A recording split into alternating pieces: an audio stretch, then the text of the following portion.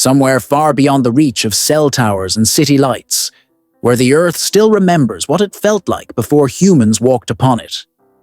There's a place that refuses to be tamed, a place where winter doesn't just arrive, it conquers, where silence runs so deep you can hear your own heartbeat echoing against mountains older than memory itself. This is Alaska, not the Alaska of postcards and cruise ships, but the real Alaska, the one that exists beyond the last road, past the final outpost, in those vast stretches where maps turn blank and nature writes its own rules. Close your eyes for a moment. Can you hear it?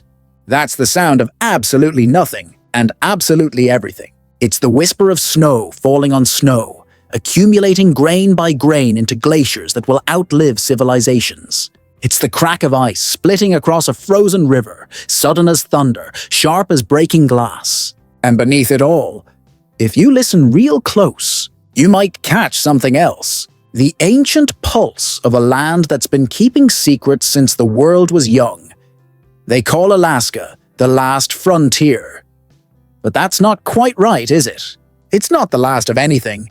It's the first breath of truly wild air you'll ever taste.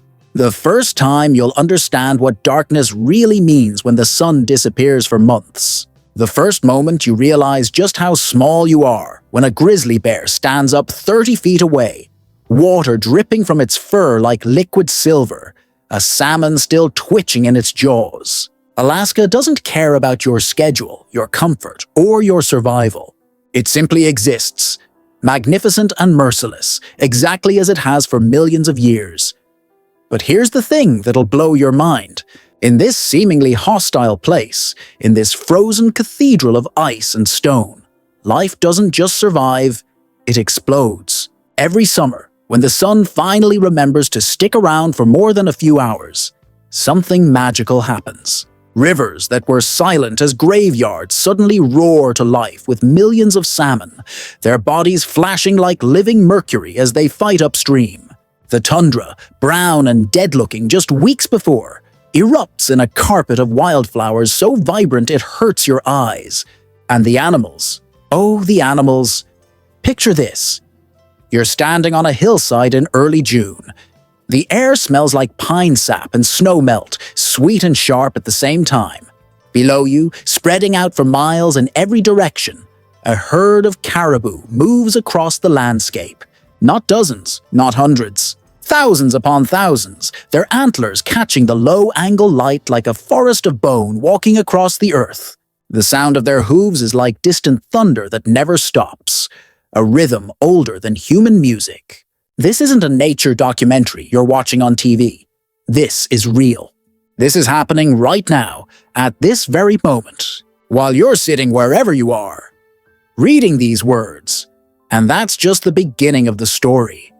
You see, Alaska operates on a different frequency than the rest of the world. Time moves differently here, not faster or slower, just different. A single day in summer can last 22 hours, the sun skating along the horizon like it's forgotten how to set. But come winter, man, winter's a whole other beast.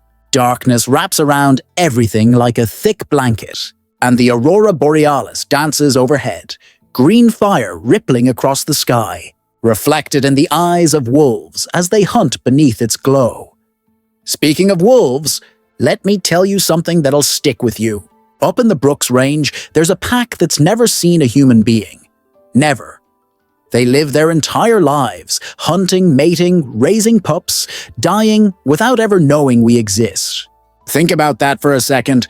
In our hyper-connected, satellite-mapped, Instagram and everything world, there are still wolves out there living like their ancestors did 10,000 years ago. No radio collars, no wildlife photographers, just pure, undocumented existence. But Alaska's not just about the megafauna, the big dramatic stuff that makes it onto nature calendars. It's in the details too. It's in the way frost forms on a spider's web, turning it into a chandelier of diamonds. It's in the patience of an Arctic fox waiting hours by a single hole in the snow, knowing that eventually a vole has to come up for air. It's in the mysterious way that salmon somehow just know exactly which stream they were born in, finding their way back after years at sea, guided by some internal compass science still can't fully explain. The thing is, Alaska's teaching us something if we're quiet enough to listen. It's showing us what the world looks like when nature's in charge. No committees, no compromise, no second chances. You adapt or you die, simple as that. And in that simplicity, there's something profound. Something we've lost in our climate-controlled, safety-first modern lives. Take the brown bears of Katmai, for instance. Every year, they gather at Brooks Falls, where salmon leap straight into their mouths, nature's own sushi bar. These bears, some weighing over 1,000 pounds, have figured out exactly where to stand, exactly when to strike. The biggest males get the best spots, of course. That's the law. But watch long enough, and you'll see something else. Patience. Calculation. Even cooperation sometimes. A mother teaching her cubs not just how to fish, but when to back down. When to wait their turn. There's a whole social structure playing out on those rocks, complex as any corporate hierarchy, except the currency isn't money, it's calories. And calories mean survival through the long, dark winter ahead. And winter, man, winter in Alaska is something else entirely. It's not just cold. Cold doesn't even begin to describe it. It's the kind of cold that makes the air itself seem solid, like you could reach out and snap a piece off. Your breath doesn't just fog, it crystallizes instantly, falling to the ground in a shower of tiny ice particles. At 60 below, exposed skin freezes in under a minute. Trees explode from the pressure of their sap freezing. The ocean itself turns solid, and polar bears walk across what used to be waves. But here's where it gets really wild. In that killing cold, in that darkness that seems like it'll never end, life finds a way. Not just to survive, but to thrive. Arctic foxes grow coats so thick, they look twice their actual size. Their fur changing from summer brown to winter white so perfectly they become ghosts against the snow. Ptarmigans, these tough little birds, they actually grow feathers on their feet, turning them into living snowshoes. And the musk oxen, these prehistoric-looking beasts just stand there in blizzards that would kill most animals in minutes. Their long, shaggy coats dragging in the snow, forming a circle with their horns out, protecting their young in the center. They've been doing this exact same thing since woolly mammoths walked the earth. No evolution needed. They got it right the first time. You want to know something that'll mess with your head? Up in the Arctic Ocean, just off Alaska's northern coast, there are bowhead whales that are over 200 years old. 200! These whales were alive before the Civil War, before electricity, before anyone had ever heard of Alaska as anything more than a rumor. They've got harpoon points embedded in their blubber from failed hunting attempts in the 1800s. Swimming around right now, as you're listening to this, are living creatures that have been navigating these waters since your great-great-great-grandparents were kids.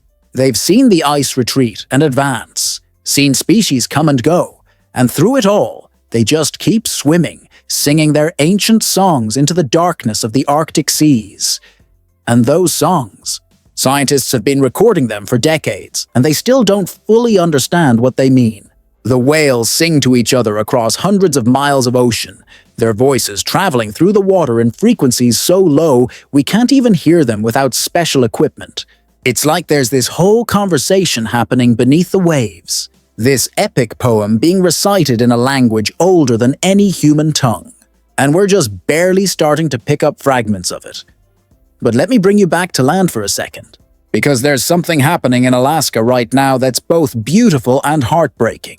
The glaciers, those massive rivers of ice that carved this landscape into what it is, they're dying. Not metaphorically, literally dying. You can hear them screaming as they break apart. A sound like thunder that goes on for minutes. Locals call it white thunder, and once you've heard it, you never forget it. Chunks of ice the size of buildings crash into the sea, sending waves racing across the water, while seals scramble to safety and birds wheel overhead, crying out in alarm or maybe excitement. Who knows what goes through a bird's mind when its world literally falls apart beneath it? Here's the crazy part, though. As the glaciers retreat, they're revealing secrets. Forests that have been frozen for thousands of years. Viking artifacts. The bodies of animals that went extinct before humans even made it to North America. It's like Alaska's opening up a time capsule, showing us glimpses of what this place was before the ice, before the cold, when it was warm enough for giant ground sloths and saber-toothed cats to roam here. Makes you wonder what we'll find next, doesn't it? Meanwhile, in the present, life adapts, always adapts. Salmon are starting their runs earlier. Birds are showing up weeks before they used to. Even the trees are creeping further north, inch by inch, year by year, following the warmth like slow-motion pilgrims. And with them come new predators, new prey, new relationships that have never existed before. Red foxes moving into Arctic fox territory. Grizzlies and polar bears meeting and, get this, actually, mating, creating these hybrid bears that scientists are calling growlars or pizzlies. Nature doesn't wait for committee approval, it just does what it needs to do. But some things never change. The caribou still move in their ancient patterns, following paths worn into the tundra by millions of hooves over thousands of years. These paths are so old, so established, that they're visible from space. Think about that. You can see where caribou walk from orbit. Every spring, pregnant females lead the herds north to calving grounds they've never seen, but somehow know. Guided by some ancestral memory encoded in their DNA, they walk for weeks, sometimes months, through blizzards and river crossings where the weak don't make it, where wolves shadow the edges, picking off stragglers, where golden eagles swoop down on newborn calves. It's brutal. It's beautiful. It's life stripped down to its absolute essence. And right in the middle of all this drama, all this life and death playing out on a massive scale, there are moments of such unexpected tenderness. It'll stop you cold. A mother seal teaching her pup to swim in water so cold it would kill a human in minutes. Wolf pups playing in the midnight sun, tumbling over each other while their parents watch with what looks for all the world like affection. Even wolverines, those notorious loners, those furious little tanks of muscle and attitude, even they have a soft side when they're raising their kits in dens hidden beneath the snow. You know what really gets me? It's the sounds. Alaska has a soundtrack unlike anywhere else on Earth. The crack of breaking ice echoing across a frozen lake. The whoosh of a snowy owl's wings as it glides past, so quiet you feel it more than hear it. The bizarre, almost electronic-sounding chirps of bearded seals under the ice. And then there's the silence. Oh man, the silence. It's not empty. It's full of possibility, full of waiting, full of that electric feeling you get when you know something's about to happen, but you don't know what. Let's talk about something that doesn't get enough attention.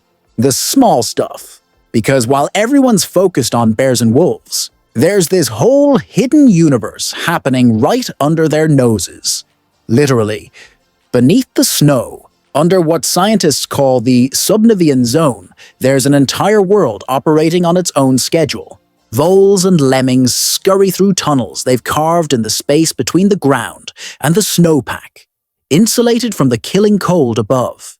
They're not hibernating, not waiting for spring. They're living their lives, having babies, fighting over territory, dying of old age, all in complete darkness, in a maze of ice corridors that'll melt away and vanish come summer like they never existed at all. And the predators know this. Oh, they know. Watch an Arctic fox hunting in winter is one of the most incredible things you'll ever see. The fox stands perfectly still, head cocked, listening, not with its ears alone, but with its whole body, tuning into vibrations, tiny sounds, maybe even the electromagnetic field of the Earth itself.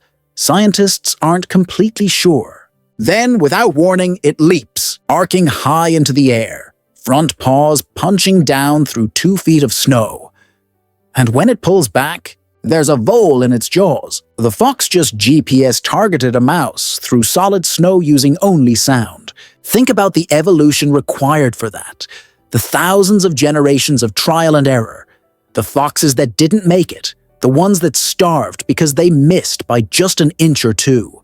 Nature doesn't give out participation trophies. You either nail the landing or you die. But here's something that'll blow your mind even more. Some animals in Alaska don't just survive winter, they engineer it. Beavers, those obsessive little architects, they spend all summer and fall building not just dams, but underwater food caches. They sink branches and saplings to the bottom of their ponds, creating these massive pantries they can access all winter long, while the surface is frozen solid. They're living under the ice in their lodges, breathing air trapped in spaces they specifically designed for that purpose, munching on preserved wood while the world above them is locked in ice and darkness. These animals, with brains the size of walnuts, are planning months ahead, understanding seasons and consequences in ways that some humans struggle with. And speaking of planning ahead, you ever wonder how salmon do it? How they spend years in the ocean, swimming thousands of miles. Then suddenly, like someone flipped a switch, they know it's time to go home. Not just to Alaska, not just to the Wright River system, but to the exact stream, sometimes the exact pool where they hatched. Scientists have tagged salmon in the Pacific and tracked them all the way back to streams so small you could jump across them. Fish the length of your forearm, swimming against currents that could knock you off your feet, leaping up waterfalls that would give an Olympic athlete pause, fighting through gauntlets of bears and eagles and seals, all to reach this one specific spot, where they'll spawn and die. Every single one. There's no retirement plan for salmon, no golden years, just this one epic journey, this final act of creation and sacrifice that feeds an entire ecosystem. Think about the math on this for a second. One female salmon can carry thousands of eggs. Most of those eggs get eaten. Most of the ones that hatch get eaten. Most of the ones that make it to the ocean get eaten. Of the maybe 2,000 eggs one female lays, if 2 of them make it back to spawn, that's success. That's replacement level. Everything else is just protein distribution, calories flowing from the ocean to the bears, the eagles, the wolves, the trees. Yeah, the trees. Because when those salmon die, when their bodies rot along the stream banks, nutrients from the ocean, nitrogen, phosphorus, all kinds of marine minerals, they seep into the soil. The trees along salmon streams grow faster, bigger, healthier than trees just a few hundred yards away. You can tell which way the salmon run by looking at the forest. The ocean is literally fertilizing the land through these fish, these silver messengers that carry gifts from one world to another. And the bears. Man, the bears know exactly what they're doing. A big male brown bear might catch and eat 30 salmon in a single day during peak season. But here's the kicker. After a few weeks, when they're fat and happy, they get picky. They'll catch a salmon, take one bite out of the brain, the fattiest part, and toss the rest aside. Wasteful? Nah. Strategic, because all those partially eaten salmon, they feed the eagles, the ravens, the gulls, the foxes. Their bodies enrich the stream, feeding the insects that the next generation of baby salmon will eat. Nothing's wasted in nature, ever. What looks like excess to us is actually ecosystems, engineering on a massive scale. But let's shift gears for a minute and talk about something you probably never think about: ice. Not metaphorically. Actual ice, because Alaska's got ice like nowhere else on Earth, and it's not all the same. There's glacial ice, compressed over centuries until it's so dense it looks blue, not white, blue, because it's absorbing every other color of light. There's sea ice, forming and breaking in yearly cycles, creating leads and pressure ridges that polar bears use as highways. There's rime ice, formed when fog freezes onto surfaces, creating these bizarre alien sculptures that look like something from a sci-fi movie. And then there's permafrost, ground that's been frozen for thousands of years, sometimes hundreds of feet deep, holding ancient soil, ancient seeds, ancient bacteria that wake up when it thaws. Scientists have germinated plants from seeds found in permafrost that were 30,000 years old. 30,000 years. These plants were alive when Neanderthals still walked the earth, and they've just been waiting, frozen in time, literally. And that permafrost is full of other things too. Mammoth tusks, Ice Age horses, even the occasional frozen wolf pup preserved so perfectly you can still see individual hairs. But here's where it gets concerning.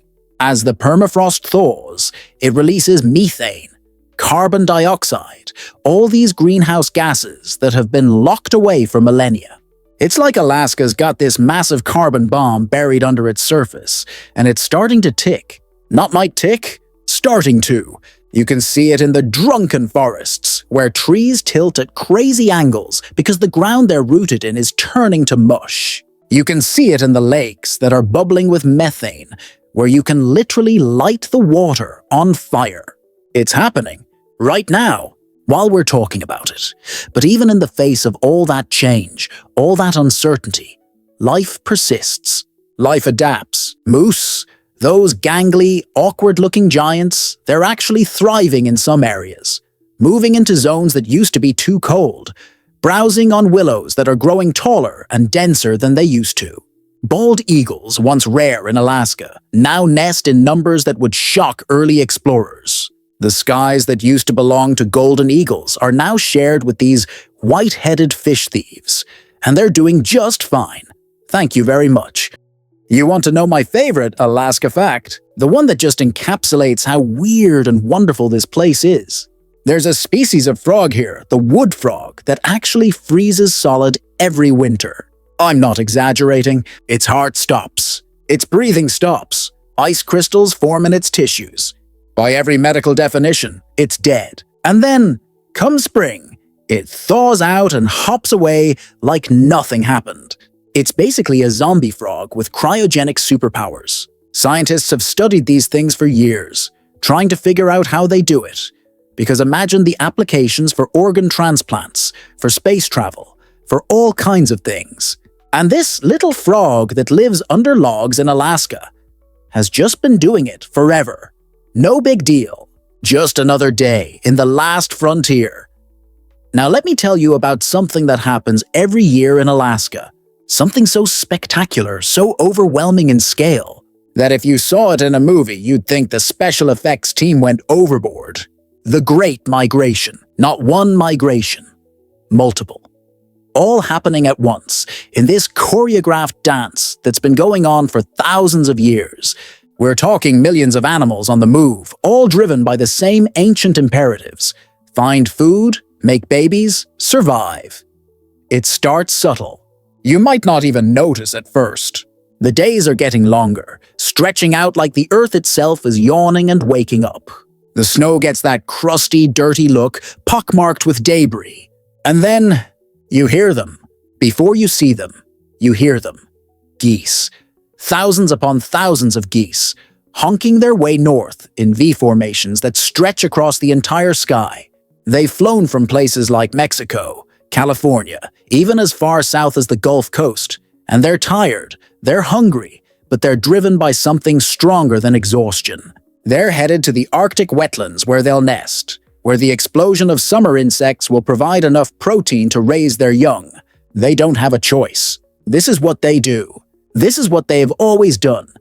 And right behind them, following the same invisible calendar, come the shorebirds. Sandpipers and plovers, these tiny little things that weigh less than a deck of cards. But they've just flown from South America without stopping. Wrap your head around that. A bird smaller than your hand just flew from Argentina to Alaska, non-stop, over the ocean, navigating by stars and magnetic fields and God knows what else. They land on Alaska's mudflats so exhausted they can barely walk, and immediately they start eating. They've got maybe 2 months to fatten up, find a mate, lay eggs, raise chicks to fledging, and get back out before winter slams the door shut. No pressure, right? But the real show, the one that gets all the attention, that's the caribou. Picture this. You're standing on a ridge in the Arctic National Wildlife Refuge. It's late May, and the tundra's just starting to green up, these tiny flowers pushing through the last patches of snow. The air's got that electric feeling, that sense that something big is about to happen. And then you see it. At first, just a few dark shapes on the horizon. Then more. Then the entire landscape seems to be moving. The porcupine caribou herd, over 200,000 animals, flowing across the tundra like a river of fur and antler. The sound is indescribable. The clicking of their tendons, caribou tendons actually click when they walk. Nobody's quite sure why. It sounds like a million castanets all playing at once. The ground literally vibrates under their hooves, and these animals are on a mission. The pregnant females lead the way, instinctively heading for the coastal plain where the calving will happen. They've timed it perfectly. Arrival coincides with the first flush of nutritious vegetation, giving them the energy they need to produce milk. But it's a narrow window. Too early, and there's not enough food. Too late, and the mosquitoes, oh man, the mosquitoes. You think mosquitoes are bad where you live? Alaska mosquitoes can literally kill a caribou calf. Swarms so thick they look like smoke, draining blood by the pint, driving animals mad with their constant assault. Caribou have been seen running into snowbanks in midsummer just to escape them. Some years, calves die not from predators, not from starvation, but from blood loss to mosquitoes. Nature's not always majestic and beautiful. Sometimes it's just relentlessly brutal. But back to the migration, because it's not just caribou. The wolves follow the herd, of course. They have to. The caribou are basically a traveling buffet, and the wolves are the permanent dinner guests. But they're not the only ones paying attention. Golden eagles track the migration from above, waiting for a calf to separate from its mother. Waiting for weakness. Grizzlies interrupt their spring foraging to intercept the herd, knowing that fresh meat beats last year's berries any day of the week. And even wolverines, those grumpy, solitary wanderers, they key in on the caribou, following at a distance, ready to scavenge whatever the wolves leave behind. It's this massive, mobile ecosystem. Everything's connected. The caribou eat the plants. The wolves eat the caribou. The ravens eat what the wolves leave. The foxes eat what the ravens leave, and what's left feeds the soil, which grows more plants, which feeds more caribou. It's a circle, but not a simple one. It's complex and messy, and sometimes things go wrong. Some years the calving grounds flood. Some years the ice doesn't break up in time, and the migration gets delayed. Some years predators take more than usual and the herd shrinks. But somehow, across thousands of years, it balances out. The herd never dies completely. It ebbs and flows like the tide, like breathing, in and out, expansion and contraction. And you know what's crazy? These caribou, they're navigating across a landscape with no landmarks. The tundra in summer looks the same in every direction. Flat, wet, dotted with tiny flowers and shrubs that barely reach your knee. No mountains to aim for, no rivers to follow in some places, just sameness. Yet somehow, calves born on the coastal plain will, years later, lead their own calves to that exact same spot. How? Scientists think it's a combination of things: magnetic field detection, smell, maybe even learning from the older females. But honestly, they're not sure, not completely. There's still mystery here, still things we don't understand about how animals navigate, how they know where to go. Let's talk about another migration, one that happens underwater where most people never see it. Salmon aren't the only fish on the move in Alaska. Herring come to spawn in massive schools, turning entire bays silver with their bodies. And where the herring go, everything else follows. Humpback whales time their arrival in Alaska to coincide with the herring runs. These 50-ton giants, they've traveled from Hawaii, swimming for weeks through open ocean to reach Alaska's rich feeding grounds. And they come with a purpose. After a winter of fasting, basically living off their blubber while they mate and give birth in tropical waters, they're starving. Alaska's the all-you-can-eat buffet that saves their lives. And the way they hunt, it's not just eating, it's art. It's science. It's cooperation on a level that should require language, and yet they do it with nothing but instinct and experience. Multiple whales will work together, swimming in circles below a school of herring, releasing bubbles from their blowholes. The bubbles rise and form these bubble nets, essentially walls of air that confuse and coral the fish, driving them toward the surface, tighter and tighter, into a ball. And then, on some signal we can't detect, all the whales surge upward at once, mouths open, engulfing thousands of fish in a single gulp. They burst through the surface in an explosion of water and fish and baleen. And if you're lucky enough to witness it, man, you'll never forget it. Never. It's power and grace and intelligence all wrapped up in one moment that lasts maybe 5 seconds. And then they're gone. Back under, circling again, doing it all over. But here's something that'll make you think. Those whales, they teach this technique to their young. It's not instinctive, well, not entirely. Young whales learn by watching their mothers, by practicing, by screwing up and trying again. There are regional variations too. Whales in Southeast Alaska bubble net feed differently than whales in Prince William Sound. They've got dialects, techniques, traditions passed down through generations. Culture. That's what we're talking about. Whale culture. These animals have societies, knowledge bases, teaching methods. They're not just reacting to stimuli, they're learning, adapting, passing on information. Makes you wonder what else they're passing down, doesn't it? Stories, memories, recognition of places and other whales from decades past? Let me take you somewhere most people never think about. The deep ocean trenches off Alaska's coast, where the continental shelf drops away into darkness, so complete it makes midnight look bright. Down there, thousands of feet below where the whales feed, where pressure would crush a human instantly, there's life. Weird, alien, beautiful life that's adapted to conditions we can barely imagine. Giant Pacific octopuses that can span 20 feet across.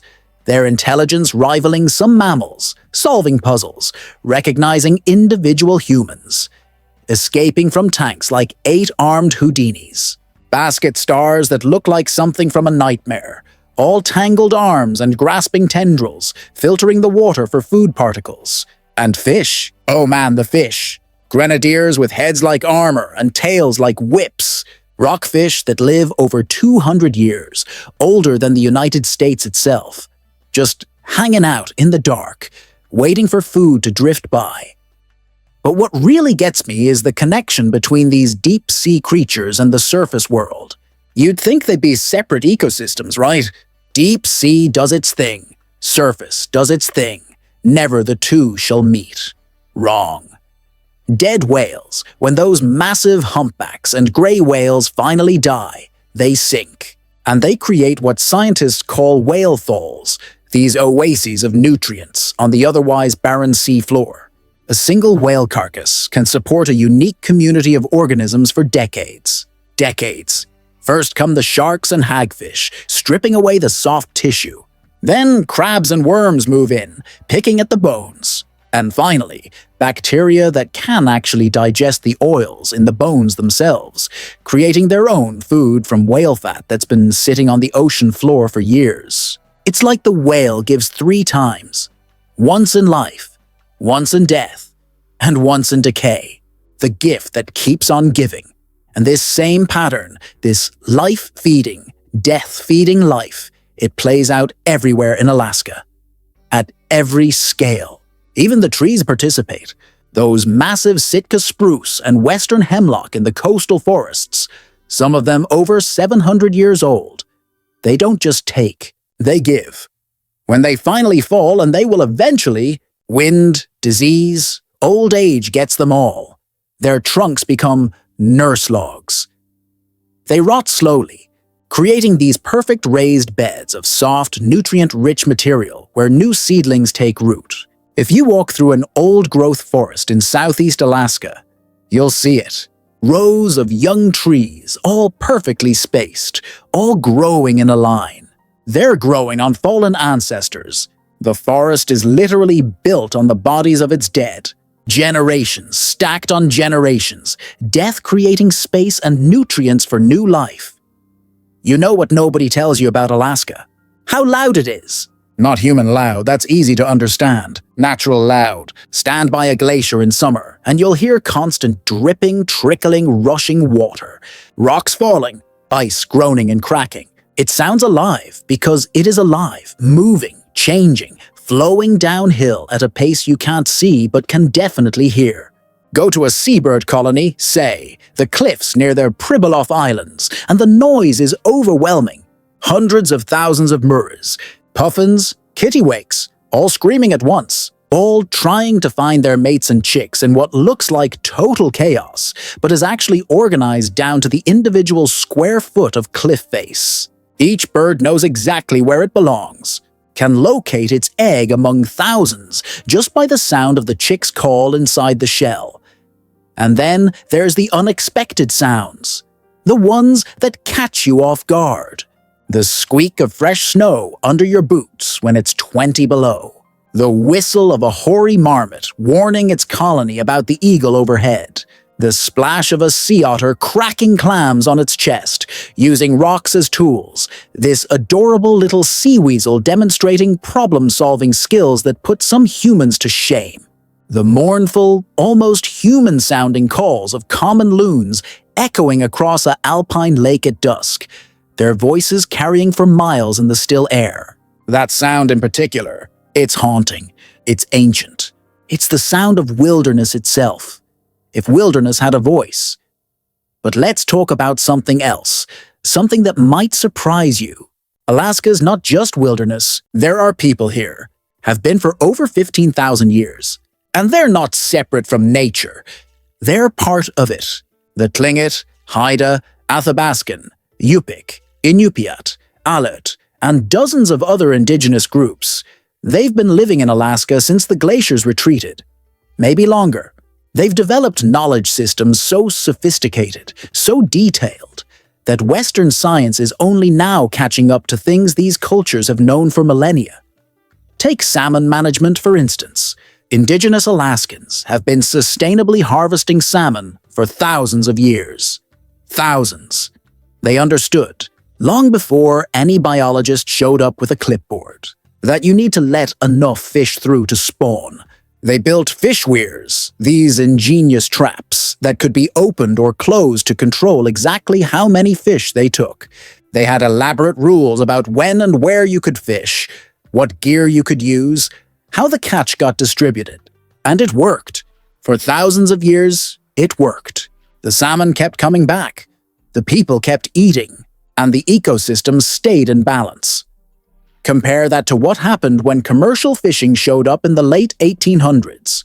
Within a few decades, they crashed multiple salmon runs, wiped out entire local populations, had to implement all these regulations, hire enforcement officers, create whole government agencies just to prevent people from fishing themselves out of existence. And slowly, painfully, they're rediscovering what indigenous peoples knew all along, that you can't just take and take and take. You have to give back. You have to show respect, not in some abstract spiritual way, though that's important too, but in practical, measurable ways. Let enough fish through to spawn. Don't take females heavy with eggs. Time your harvest to when the run's strong. It's not complicated. It just requires thinking past tomorrow. But here's where it gets really interesting. Indigenous knowledge isn't just about resource management. It's about relationships. The Yupik people of Southwest Alaska, they don't talk about hunting seals. They talk about the seals giving themselves to worthy hunters. And that's not just poetry. It reflects a deep understanding of animal behavior. Seals are smart, cautious, hard to approach. If you're clumsy, impatient, disrespectful, you won't get close. But if you're quiet, if you understand how they move and think, if you've learned the signs that say a seal is aware of you versus a seal that's relaxed, then, yeah, it kind of does feel like the seal chose to let you approach. It's a partnership, a negotiation between hunter and hunted, predator and prey. And this knowledge, it's encoded in stories. Not written down, oral traditions passed through generations, wrapped up in tales that seem like myths, but are actually sophisticated teaching tools. There's a Tlingit story about Raven stealing the sun. On the surface, it's entertaining. Raven's a trickster. He's clever. He outsmarts the chief, who's been hoarding daylight. But buried in that story is knowledge about the seasonal patterns of light, about the importance of sharing resources, about the consequences of greed. Kids hear these stories dozens of times growing up, and each time they understand it at a deeper level. By the time they're adults, the lessons are bone deep. They don't need to consciously remember, don't hoard resources. It's just part of how they see the world. Now here's something that'll really make you think about time and scale. Alaska's geography isn't static. It's not just sitting there being pretty. It's moving, changing, evolving at speeds that would terrify you if you really sat down and calculated it. The Pacific Plate is grinding under the North American Plate at about 2 inches per year. Doesn't sound like much, right? 2 inches. But that constant pressure, that relentless geological grinding, it's building up energy. And every so often, every few decades or every few centuries, depending on the fault, all that energy releases at once. Earthquake. Not the little shimmy and shake you might feel in California. We're talking magnitude 8, 9, events that reshape coastlines, raise the seafloor, drop land masses, send tsunamis racing across the Pacific. The 1964 Good Friday earthquake, magnitude 9.2, second most powerful earthquake ever recorded. It lasted 4.5 minutes. 4.5 minutes of the ground rolling like waves, of buildings crumbling, of entire neighborhoods in Anchorage sliding downhill in massive landslides. Parts of the coast dropped 30 feet in seconds. Other parts rose 38 feet. Fishing villages that used to be at sea level suddenly found themselves high and dry. Harbors disappeared. New islands appeared. The earth literally rearranged itself. And people, those who survived, had to figure out how to live in a landscape that had fundamentally changed in less time than it takes to soft-boil an egg. And here's the kicker. It's going to happen again. Not if, when. The Aleutian Megathrust, the fault system running along Alaska's southern coast, it's locked and loaded, building pressure. Every year without a major quake is another year of energy accumulation, another increment toward the inevitable. Geologists know this. Seismologists study it. But what can you do? Alaska exists because of these tectonic forces.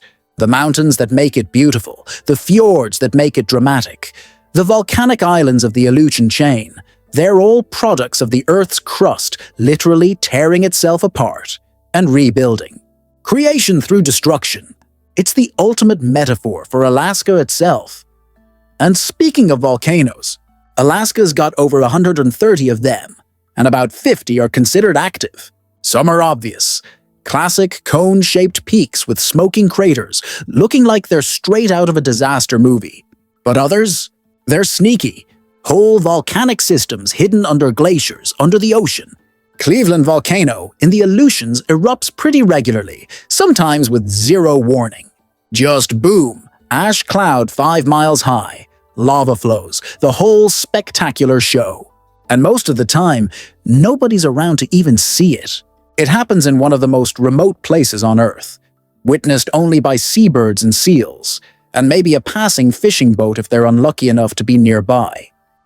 But these volcanoes, they're not just destruction, they're creators. The ash they spew out, it's incredibly fertile. Some of the richest soil in Alaska comes from volcanic deposits. The Aleutian Islands themselves wouldn't exist without volcanic activity. They're literally the tops of underwater mountains built by millions of years of eruptions. And the minerals that get washed into the ocean from volcanic terrain, they fuel phytoplankton blooms, which feed zooplankton, which feed fish, which feed seabirds and seals and whales. The whole food chain starts with microscopic plants, and those plants thrive on nutrients from fire mountains. Everything's connected. Even the destructive forces are building something. Let me shift gears and tell you about something happening right now in the Bering Sea. something that's changing faster than scientists can study it. The ice is disappearing, not just shrinking, disappearing. Winters that used to see sea ice extending south past the Pribilof Islands, creating this vast frozen highway that seals and walruses and polar bears used for hunting, resting, pupping. That ice is showing up later, if it shows up at all, and it's vanishing earlier. Some recent winters, there's been basically no sea ice in the Bering Sea. None. Just open water where there should be a frozen platform supporting an entire ecosystem. And the animals that depend on that ice? They're scrambling. Walruses need ice floes to rest on between diving forays to the seafloor where they dig for clams. Without ice, they're forced onto beaches, hauling out in massive groups, tens of thousands of animals packed together. Sounds okay, right? They're adaptable, except when they get spooked by a polar bear, a low-flying airplane, sometimes just by nothing visible at all, they stampede. These one-ton animals panic and rush toward the water, and the young ones, the calves, they get crushed in the chaos, trampled to death by their own herd. Scientists have documented haulouts where hundreds of young walruses died this way. Hundreds. It's heartbreaking. It's preventable. And it's happening because the ice, the habitat they evolved with, the platform they have depended on for thousands of generations, it's just gone. Polar bears are facing similar problems. Everyone knows polar bears hunt seals on the ice. What people don't always realize is how specific that relationship is.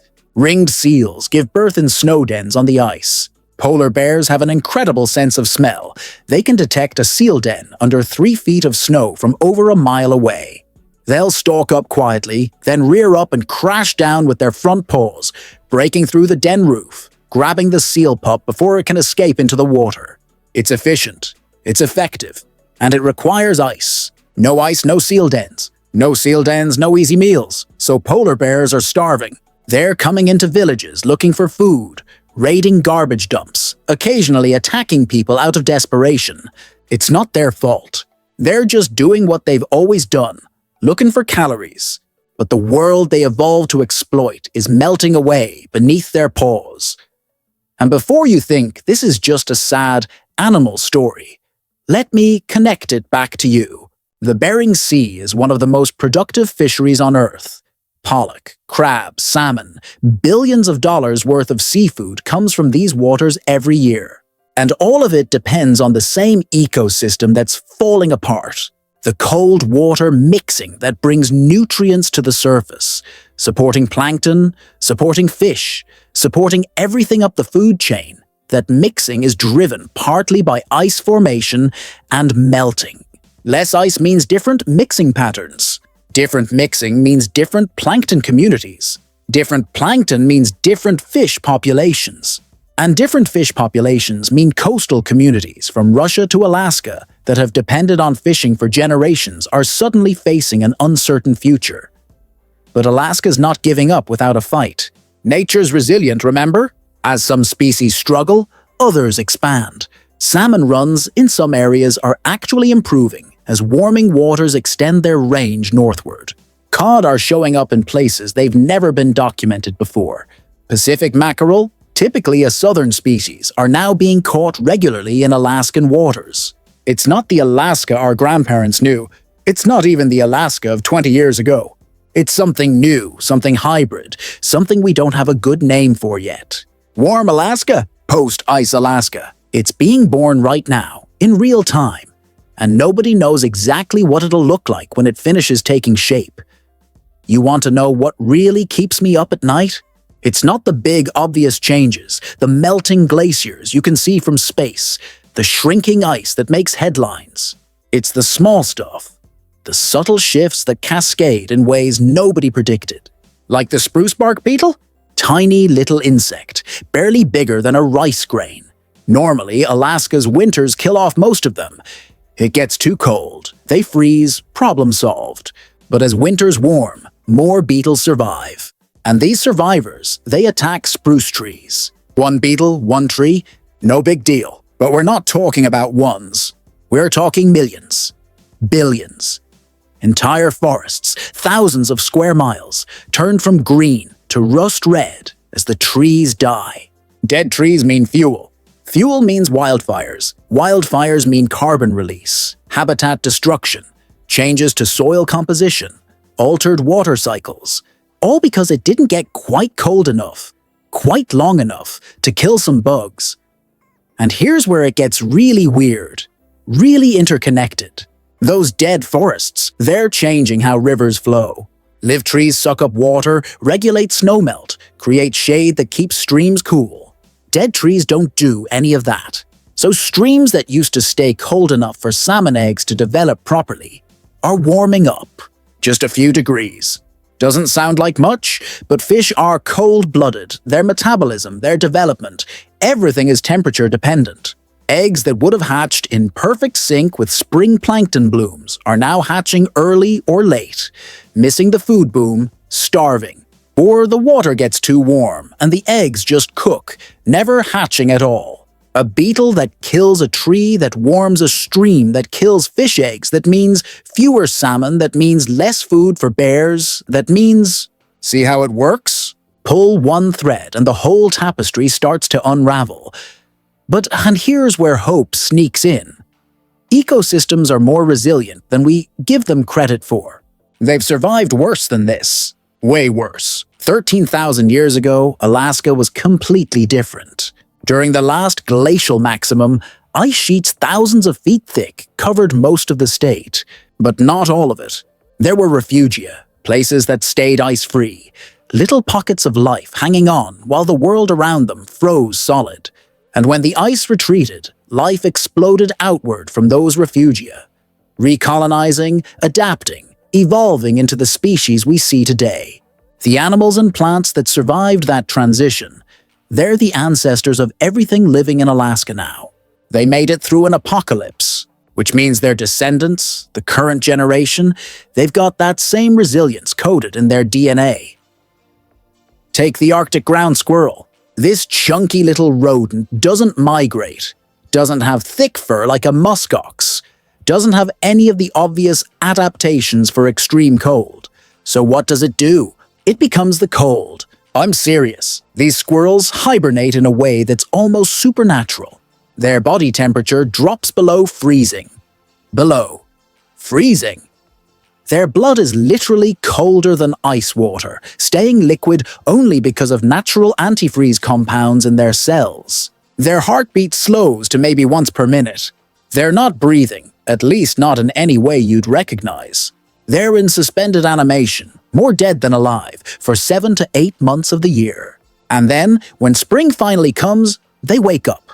Just wake up, warm up, start eating again, like they were just taking a quick nap, instead of basically dying and resurrecting themselves. If that doesn't blow your mind, I don't know what will. But it gets better. Scientists have discovered that even while hibernating, these squirrels have periods, every couple of weeks, where they briefly warm up to normal body temperature. They don't wake up, don't move, just warm up for a few hours, then drop back down. Why? Best guess? To dream. Seriously. They might be briefly warming up their brains enough to allow REM sleep, to process memories, to maintain neural connections that would degrade if they stayed cold for the entire winter. They're possibly risking precious calories, burning valuable fat reserves, just to dream. If that's true, and it's still being researched, it suggests that dreaming is so fundamentally important to mammalian brain function that evolution built in a warming cycle specifically to allow it. Mind blown. Now let me take you somewhere else, somewhere that shows Alaska's diversity in a way most people never think about. The rainforest. Yeah, you heard that right. Alaska has rainforests. The Tongass National Forest in southeast Alaska is a temperate rainforest. The largest intact temperate rainforest left on Earth. 17 million acres of Sitka spruce, western hemlock, and red cedar. Some trees over 200 feet tall and 1,000 years old. It rains here a lot. Some places get over 200 inches a year. That's not a typo. 200 inches. Everything's wet, everything's green, Everything's covered in moss and ferns and lichens that hang from branches like weird green hair. Walking through old-growth Tongass is like entering a cathedral. Quiet, reverent, impossibly tall columns of wood rising into a canopy so dense it blocks most of the light. The ground is soft, spongy, layered with centuries of fallen needles and moss. Nurse logs everywhere, slowly rotting, each one supporting its own micro-ecosystem of insects, fungi, plants, even small mammals that shelter in the hollows. And the smell! It's rich, complex, sweet, and rotten and alive all at once. It's the smell of decay, feeding growth, death, enabling life. The endless cycle made tangible. And this rainforest, it's connected to the ocean in ways that'll surprise you. Those salmon we talked about earlier, they spawn in streams running through the Tongass. When they die, bears drag their bodies into the forest to eat in peace. Every salmon carcass is a delivery of marine nutrients, nitrogen from the ocean, minerals from the deep sea, deposited into the forest soil. Scientists have traced isotopes from the ocean in tree rings, proving that some of the carbon in these massive trees originally came from the sea. The forest is partially built from fish. The ocean grows trees. It's poetic, yeah, but it's also just true. And here's another connection nobody expects. The trees provide for the fish. When a big spruce falls into a stream, it doesn't just float away. It stays, creating structure. Pools form behind it. Sediment accumulates. Insects colonize the rotting wood, providing food for juvenile salmon. The tree creates habitat complexity, hiding spots from predators, places for young fish to rest and feed. A single fallen tree can support salmon production for decades as it slowly decomposes. And eventually, when those salmon spawn and die, they'll feed another generation of trees. It's this beautiful, complex loop that took thousands of years to develop, and we're only just beginning to understand all the connections. But the Tongass is under pressure. Not from climate change so much, though that's a factor, but from logging. Old-growth temperate rainforest, once you cut it down, doesn't come back on any human timescale. Sure, you can replant. Trees will grow. But a tree plantation is not a rainforest. It doesn't have the structural complexity, the diversity, the deep soil, the nurse logs, the lichens and mosses and fungi that make old growth what it is. Those connections, those relationships built over centuries, they're severed. And rebuilding them, we're talking hundreds of years, minimum. More likely thousands. Cut down a 1,000-year-old tree, and yeah, you can plant a seedling, but your great-great-great-great-great-grandchildren won't live to see it reach the size of what you cut. Let's talk about something that doesn't get nearly enough attention. The night sky in Alaska, not the aurora. Everyone knows about the northern lights, but the actual stars, the darkness itself. In most of the world, true darkness is gone. Light pollution has spread so far that even in supposedly remote areas, you can see the glow of distant cities on the horizon. But in Alaska, in vast stretches of the interior and Arctic, there's still real darkness. The kind of darkness humans experienced for hundreds of thousands of years before electricity, before cities, before we decided night was something to be defeated rather than experienced. Stand outside on a clear winter night in the Brooks Range, away from any settlement, and the number of stars visible will actually disorient you. You're not seeing hundreds of stars. You're seeing thousands, tens of thousands. The Milky Way doesn't look like a faint smudge. It looks like someone spilled cream across the sky. You can see structure in it, dark lanes of dust, bright clusters, nebulas visible to the naked eye. And the silence. Oh man. The silence at night in Alaska's interior is so profound it becomes a physical presence. No insects buzzing, no traffic, no airplanes, just nothing. Your ears actually ring from the lack of input, creating phantom sounds to fill the void. And in that darkness, that silence, you understand something about your ancestors that's impossible to grasp in the modern world. You understand why they told stories about the stars. When that's your entertainment, when that's literally the only thing to look at during 16-hour winter nights, you're going to find patterns up there. You're going to create narratives. And those narratives, they weren't just time killers. They were teaching tools, memory aids, calendars. The position of certain constellations told you when to hunt, when to fish, when to prepare for the salmon runs. The stars were like a giant clock and calendar written across the sky, if you knew how to read it. Indigenous Alaskans have star knowledge that goes back thousands of years. The Inupiat people of the Arctic coast, they've got names and stories for stars and constellations that don't match any Western astronomical tradition. They tracked stars that appeared during hunting season, used them for navigation across featureless ice. And this wasn't mystical guesswork, it was practical survival knowledge, precise enough to navigate hundreds of miles across the Arctic Ocean to hunting grounds and back. They were using the stars for GPS centuries before satellites, and it worked. They're still here, which proves it worked. But let me bring you back down to Earth for a minute, because there's something happening on the ground in Alaska that's equally mind-blowing. Fungi. Yeah, those mushrooms you see poking up through the moss. They're just the tip of the iceberg. The actual organism, the main body of the fungus, is underground. Mycelium network spreading through the soil like biological internet cables, connecting trees, sharing nutrients, passing chemical signals. Scientists are discovering that forests aren't just collections of individual trees competing with each other. They're communities, networks, cooperatives where trees actually help each other out through fungal connections. Here's how it works. A big old tree with deep roots and access to lots of sunlight. It's making excess sugars through photosynthesis. It doesn't need all those sugars, so it trades them with fungi in its roots. The fungi take the sugars, and in exchange, they bring the tree nutrients, nitrogen, phosphorus, minerals that they're better at extracting from the soil. But it doesn't stop there. The fungal network connects to other trees, including young seedlings growing in the shade that aren't getting enough light to photosynthesize efficiently. And the big tree, through the fungal network, will actually transfer some of its excess sugars to those struggling youngsters, essentially feeding them until they grow tall enough to reach better light. It's not charity.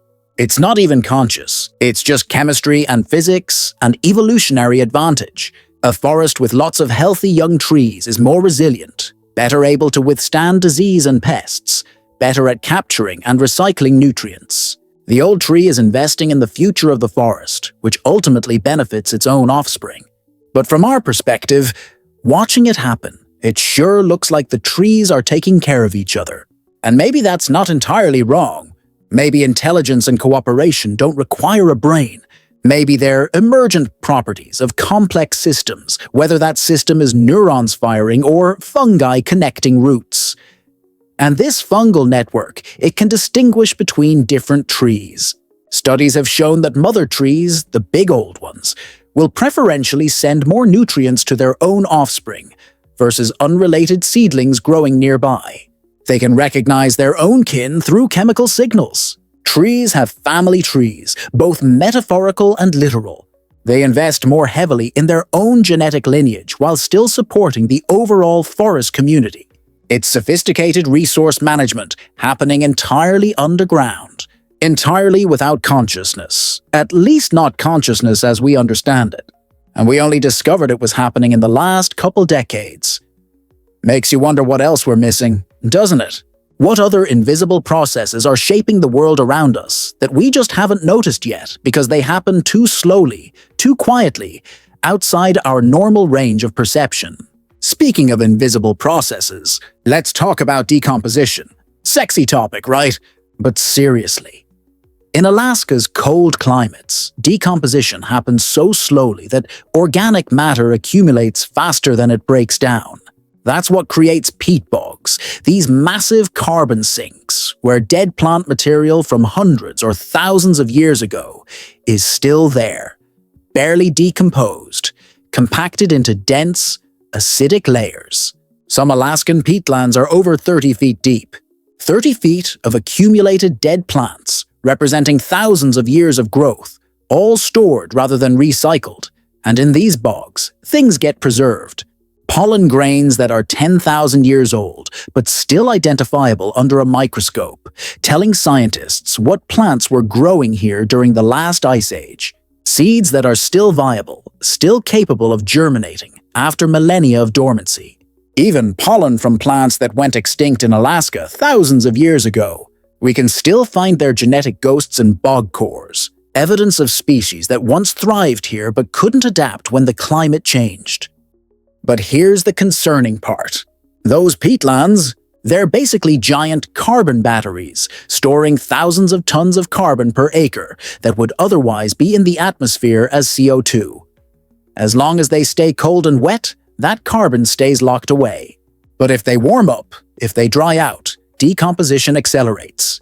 Bacteria that were dormant wake up, start breaking down that ancient organic matter, releasing carbon dioxide and methane, a greenhouse gas even more potent than CO2. It's a feedback loop. Warming causes carbon release, which causes more warming, which causes more carbon release. You see where this is going? And it's already starting. In some parts of Alaska, peatlands that have been stable for thousands of years are drying out, cracking, releasing carbon. Wildfires are burning through them, sending up smoke that's thousands of years old in atmospheric terms. The carbon being released now was captured during a time when mammoths still roamed, when humans were just starting to figure out agriculture on the other side of the world. It's been locked away all this time, and now it's coming back, rejoining the active carbon cycle, contributing to the very warming that's releasing it. Now let me tell you about something that happens in Alaska that sounds like science fiction, but is absolutely, verifiably real. There are places where the ground breathes. I'm not being poetic. The ground literally inhales and exhales. In winter, when water in the soil freezes, it expands, pushing the ground upward into these mounds called pingos. Some of them are over 100 feet tall, perfect dome-shaped hills of ice covered with a thin layer of soil and vegetation. They look permanent, solid, like they've been there forever. But they're temporary, on geological timescales anyway. Eventually, the ice core melts and the pingo collapses, leaving a circular depression that fills with water, creating what's called a pingo scar lake. The ground exhaled, deflated, left a mark, and somewhere else, a new pingo is forming. Inhale. The earth breathing, slow and patient, on a timescale that makes human lifespans look like mayfly flickers. And then there are ice wedges. Cracks in the permafrost that fill with water in summer, then freeze in winter. Each freeze-thaw cycle, the crack widens just a tiny bit. Over hundreds or thousands of years, these cracks grow into massive ice formations, sometimes 30 feet deep and 6 feet wide. Pure ice in the shape of a wedge driven into the ground. From above, when the snow melts in summer, you can see patterns in the tundra, polygonal shapes outlined by slight depressions where the ice wedges are located. The entire landscape is tessellated, broken into geometric patterns like someone laid down giant tiles. Natural geometry created by nothing more than water, cold, and time. But when that permafrost thaws, when those ice wedges melt, the ground doesn't just settle, it collapses. Suddenly. Sometimes catastrophically. There are places in Alaska where the land has dropped 15 feet in a single season because the ice that was literally holding it up melted away. Roads buckle and break, buildings tilt and crack. Forests turn into swamps overnight as the drainage patterns completely change. And the people living there, they're having to make impossible decisions. Do you repair your house, knowing it might tilt again next year? Do you move? And if so, where? The entire village might be on melting permafrost. There might not be anywhere safe to move to within hundreds of miles. Some communities are already relocating. Entire villages being moved because the land they were built on is literally disappearing into the ocean as sea ice that used to protect the coast from storm erosion vanishes, as permafrost cliffs thaw and slump into the sea. Shishmaref, Kivalina, Newtok, these aren't places you've probably heard of. but they're home to people whose families have lived there for countless generations. And now they're being forced to leave, to abandoned burial grounds, traditional hunting and fishing sites, the physical places where their culture took root. They're climate refugees, except there's no war, no persecution, just the Earth itself changing too fast for communities to adapt. And here's the gut punch. These are some of the smallest contributors to climate change on the planet. Traditional subsistence lifestyle, minimal carbon footprint, living in balance with the land for thousands of years. But they're paying the price first, paying the hardest, for emissions created mostly by people thousands of miles away who've never set foot in Alaska and probably couldn't find these villages on a map. It's fundamentally unfair, and it's just the beginning. What's happening in Alaska's coastal villages now is a preview of what's coming to low-lying coastal areas worldwide. Miami, Jakarta, Mumbai, Bangladesh. The Arctic is the canary in the coal mine. Except the canary's screaming, and we're all still in the mine, arguing about whether there's actually a problem. But let's pull back from the darkness for a minute, because even in the face of all this change, all this loss, there's beauty and hope and resilience. Every spring, no matter what else is happening, the ice breaks up and the rivers run free. It's called breakup, and it's celebrated in Alaska like other places celebrate the first day of spring. Because breakup means winter's grip is finally loosening. It means light is returning, warmth is coming. Life is about to explode across the landscape again. The sound of breakup is incredible, ice grinding against ice. Massive flows the size of houses crashing into each other. The roar of water that's been locked away for months, suddenly free to flow again. And with that water comes life. Salmon fry, hatched from eggs buried in gravel all winter, emerge into the current. They're tiny, barely an inch long, transparent enough that you can see their internal organs. But they're tough. They have to be. The current will sweep them downstream, through rapids and shallows, past waiting predators, mergansers, kingfishers, rainbow trout, Arctic char, all waiting for the annual buffet of baby salmon. Most won't make it. That's just math. But enough will. Enough will reach the ocean, grow strong, and return years later to start the cycle again. And it's not just salmon. Birds are returning too. The skies that were empty and silent for months suddenly fill with wings and calls. Sandhill cranes arriving from New Mexico, their rattling calls echoing across the tundra. Snow geese by the tens of thousands, stopping to rest and feed on their way to Arctic nesting grounds. Arctic terns that have flown from Antarctica. Antarctica! 25,000 miles just to breed on Alaska's coast for a few short months before turning around and doing it all again.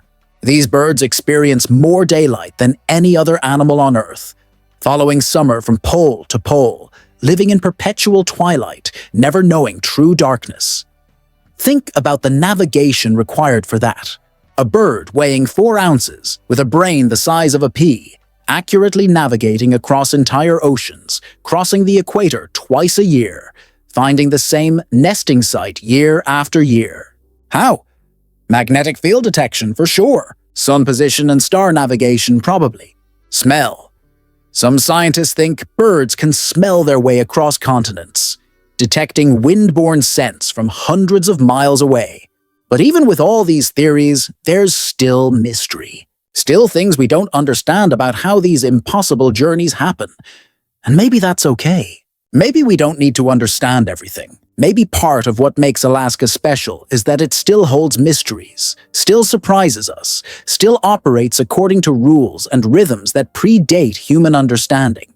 In a world where we've mapped every square inch from satellites, where we can Google Earth any location, where drones and cameras and sensors monitor everything, Alaska still has blank spaces, still has places where you can be truly alone, truly disconnected, truly at the mercy of forces bigger than yourself. That's terrifying to some people. The idea of being somewhere without cell service, without GPS, without immediate access to rescue if something goes wrong, it freaks them out. But to others, that's the entire point. That's the appeal.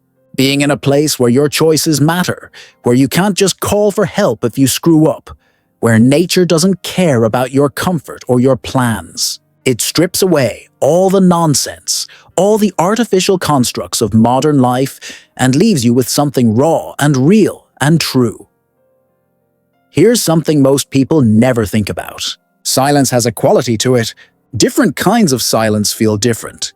The silence of a library is not the same as the silence of an empty house, which is not the same as the silence of deep wilderness. And Alaska's got a particular kind of silence that'll get under your skin if you let it. It's not just the absence of sound, it's the presence of space. You can feel it pressing in on you. This vast emptiness that makes you realize just how small and temporary and frankly insignificant you are in the grand scheme of things. And for some people, that's crushing. They can't handle it. They need the noise, the distraction, the constant validation that comes from being surrounded by other humans. But for others, it's like coming home to something they didn't even know they'd lost. It's like their nervous system can finally relax for the first time in years. All that background stress from constant stimulation just draining away. They stand there in the middle of nowhere, surrounded by mountains that don't care if they exist, under a sky that's been there for billions of years and will be there for billions more. And they feel paradoxically connected, part of something larger. Not important, just present, valid, real.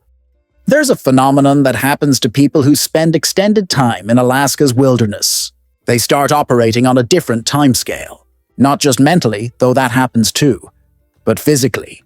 Your body adjusts to the actual day-night cycle instead of the artificial schedule imposed by alarm clocks and deadlines. In summer, with 20-plus hours of daylight, people naturally sleep less, work longer, exist in this weird perpetual afternoon state. In winter, with only a few hours of dim light, you sleep more, move slower, enter a kind of semi-hibernation state even though you're still technically active, and your senses change. After a few weeks away from artificial light, your night vision improves dramatically. Things that would have been invisible become visible. You start noticing details you would have missed before, the way moonlight reflects off fresh snow, creating shadows you can navigate by. The faint glow of the horizon even on the darkest nights. The stars bright enough to cast actual shadows. Your hearing sharpens too. Without the constant background noise of civilization, subtle sounds become obvious. The crunch of snow under something's paws 100 yards away. The crack of a branch that might mean a moose is nearby. The particular silence that comes right before a blizzard hits, when even the wind seems to hold its breath. And you start thinking different. Problems that seemed huge and overwhelming in the city shrink down to manageable size when you're focused on immediate, concrete needs. Shelter, water, food, warmth. These aren't abstract concepts. They're life or death requirements, and meeting them gives you this satisfaction, this sense of competence that's hard to find in modern life where everything's specialized, where you're dependent on systems you don't understand for your basic survival. But, and this is important, romanticizing wilderness survival is stupid. It's hard. It's dangerous. People die doing it. Even experienced people who know what they're doing. Christopher McCandless, the kid from Into the Wild, he's famous for dying in Alaska, not for thriving there. He went into the bush unprepared, under-equipped, overconfident, and he paid the ultimate price. His story isn't inspirational, it's cautionary. The wilderness doesn't care about your college degree, your good intentions, your spiritual awakening. It will kill you if you don't respect it, and even if you do respect it, it might kill you anyway. That's not cruelty, that's just reality. The smart approach, the one that's been working for thousands of years, is to learn from people who actually know the land. Alaska natives who've been living here successfully since before history started getting written down. They've got knowledge systems that make modern survival guides look like kindergarten picture books. Which plants are edible and when, where animals will be at different times of year, how to read weather patterns, predict storms, find shelter, how to travel safely on sea ice, judging thickness and stability from visual cues most people wouldn't even notice, how to preserve food, make clothing, build structures that'll withstand brutal winters using only materials from the immediate environment. And this knowledge isn't static. It's constantly being updated, adapted to changing conditions. Elders today are noticing things they've never seen before, fish showing up in places they've never been, ice forming differently, plants blooming at the wrong times. And they're adapting, adjusting traditional knowledge to account for new realities. Because that's what you do if you want to survive. You pay attention. You adapt. You don't cling to the old ways if the old ways stop working. You figure out new ways while respecting the wisdom that got you this far. There's a concept in ecology called shifting baseline syndrome. Each generation assumes that the way things were when they were kids is normal, is how things have always been. So gradual changes across decades or centuries go unnoticed, because there's no one alive who remembers what normal actually looked like 100 years ago. We think forests are supposed to be a certain density. Salmon runs are supposed to be a certain size. Winter is supposed to be a certain severity. But all these assumptions are based on the narrow window of our own experience. Alaska natives have a solution to this. Oral traditions that go back not just years or decades, but centuries. Stories that encode environmental knowledge passed down from generation to generation, creating institutional memory that spans far longer than any individual lifetime. So when an elder says, "We used to get ice here by mid-October, now it's not coming until December," that's not just one person's observation. That's a data point in a cultural dataset that spans hundreds of years. That's why scientists are finally starting to partner with indigenous communities, recognizing that traditional ecological knowledge isn't just folklore. It's peer-reviewed data collection that's been going on for millennia. But here's the tragedy. That knowledge is being lost. Languages going extinct, taking with them irreplaceable ecological vocabulary. Elders dying before they can pass everything down to the next generation. Young people leaving villages for cities, disconnecting from the land, from the practices, from the stories that held it all together. And once it's gone, it's gone. You can't Google traditional knowledge. It's not written down in neat textbooks. It exists in human memories, in practical application, in the doing. Once the last person who knows how to do something dies, that skill dies with them. Unless we do something about it, and people are trying. Language revitalization programs, cultural camps where kids learn traditional skills, partnerships between elders and scientists, combining traditional knowledge with modern research methods. It's not easy. It's not fast, but it's happening. Because people recognize that what's at stake isn't just cultural heritage, though that alone would be worth preserving. What's at stake is practical survival knowledge for a changing climate, tested and refined over thousands of years. We need that knowledge, all of us, not just Alaska natives. We need it if we're going to navigate what's coming. Let me tell you about something that happens every year in Alaska that most people never witness, never even hear about. But it's one of the most spectacular natural events on the planet. The herring spawn. Sounds mundane, right? Fish laying eggs, big deal. But when Pacific herring spawn, they turn entire bays white. Not metaphorically, literally white. Millions upon millions of fish releasing milt, fish sperm, into the water in such quantities that the ocean looks like someone dumped milk into it. The water gets thick, cloudy, and everything that eats fish shows up for the feast. We're talking about a congregation of predators unlike anything else you'll see. Humpback whales, dozens of them, bubble net feeding in coordinated groups, sea lions porpoising through the shallows, their sleek bodies glistening as they rocket after panicked herring. Bald eagles, hundreds of them, lining the shoreline like spectators at a sporting event, swooping down to grab fish from the roiling water. Seagulls screaming and diving, murres and puffins and cormorants working underwater, their wings adapted for swimming, chasing herring in three-dimensional aerial dogfights, except it's all happening beneath the waves. And the sound. Oh man, The sound is something you feel as much as hear. The whoosh of whale blows, loud enough to startle you even when you're expecting it. The constant splash and surge of thousands of fish breaking the surface, trying to escape but there's nowhere to go. Predators above, predators below, predators coming from every direction.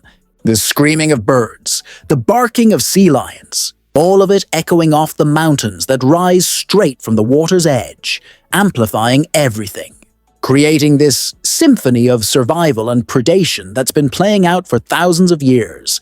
And beneath the surface chaos, something quieter but no less important is happening. The herring that survive, they're laying eggs on kelp, on eelgrass, on any substrate they can find. Each female releases thousands of eggs, sticky little spheres that attach to vegetation in dense clusters. And those eggs, they become food for everything else. Surf scoters and other diving ducks gorge themselves. Sea stars creep across the egg-laden kelp, digesting them in place. Even deer, deer, they'll wade into the shallows at low tides to eat herring eggs off the kelp. Protein is protein. And when it's this abundant, this easy to access, everything takes advantage. But here's what makes it really special. The herring spawn is predictable. It happens in the same places, at roughly the same time every spring. And humans, indigenous peoples of Southeast Alaska, have been harvesting it for thousands of years. Not the herring themselves so much, though they take some of those too, but the eggs. Herring roe on kelp is considered a delicacy, a spring tradition, a connection to ancestors and place that goes back farther than anyone can remember. And the harvest method is brilliant in its simplicity. People place hemlock branches in the water before the spawn. The herring, looking for any surface to attach their eggs to, coat the branches. Then, after the spawn, people collect the branches, now thick with roe, and preserve them, dried, smoked, or packed in salt. It's sustainable, taking a small percentage doesn't harm the population. It's traditional, connecting modern people to practices their ancestors used. And it's communal, the harvest and processing brings families and communities together, sharing labor, sharing stories, sharing food. Compare that to commercial herring fishing, which for decades operated on a boom and bust cycle.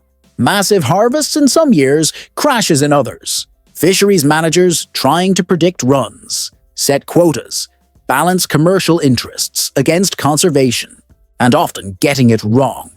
Because herring populations naturally fluctuate, and it's hard to tell if a decline is natural variation or overfishing until it's too late. Some herring stocks in Alaska collapsed completely, took decades to recover, and still haven't returned to historical levels.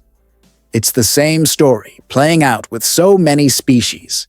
Short-term thinking versus long-term sustainability. Maximum immediate profit versus maintaining the resource for future generations. And time after time, the short-term thinking wins until the resource is gone. And then everyone acts surprised, asks what happened, never quite connecting the dots between their actions and the consequences. But there are success stories too. King crab in the Bering Sea managed so carefully now with strict quotas and seasons that populations are stable, even growing in some areas. Pacific halibut, managed through international cooperation between the US and Canada, maintaining sustainable harvest levels year after year. It's possible to fish sustainably, to take what you need without destroying the source. It just requires planning, patience, and the willingness to leave fish in the water, sometimes even when you could technically catch more. And Alaska's got something else going for it that most places don't. Space. Vast.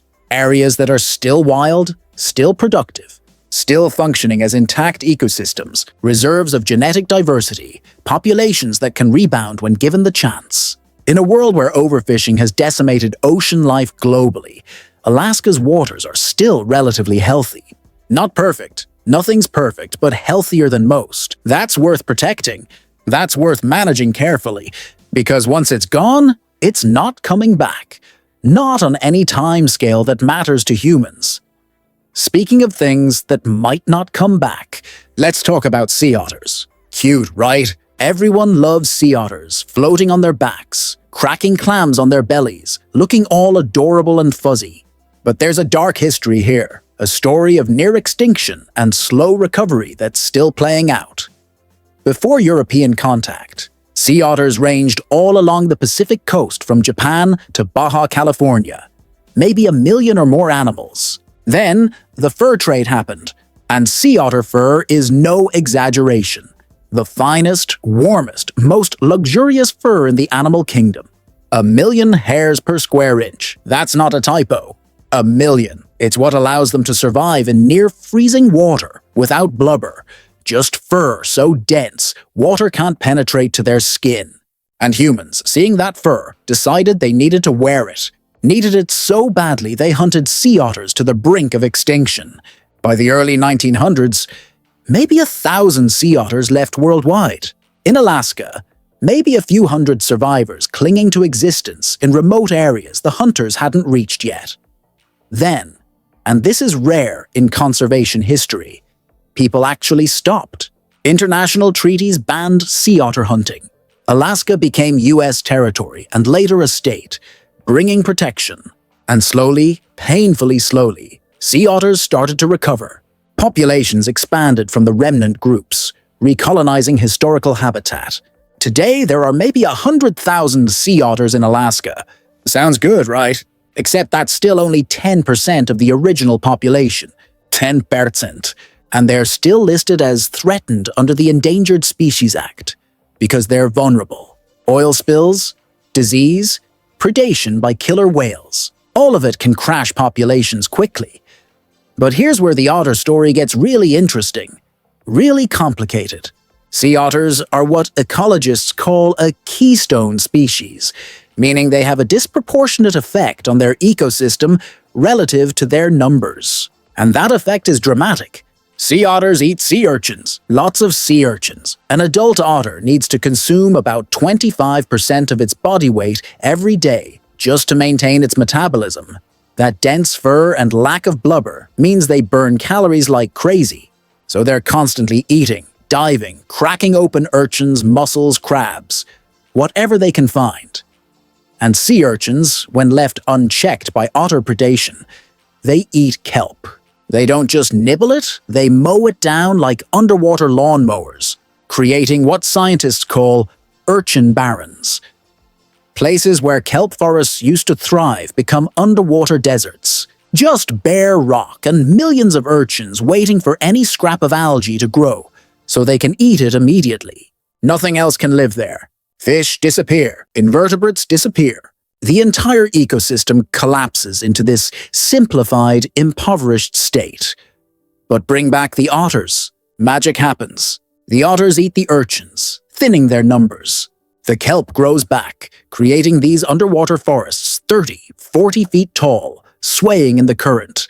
And with the kelp comes everything else. Fish seeking shelter among the fronds, invertebrates grazing on the kelp and smaller algae, seals hunting the fish, eagles hunting the seals. Biodiversity explodes. The whole ecosystem shifts from desert to rainforest, underwater, just because one species came back.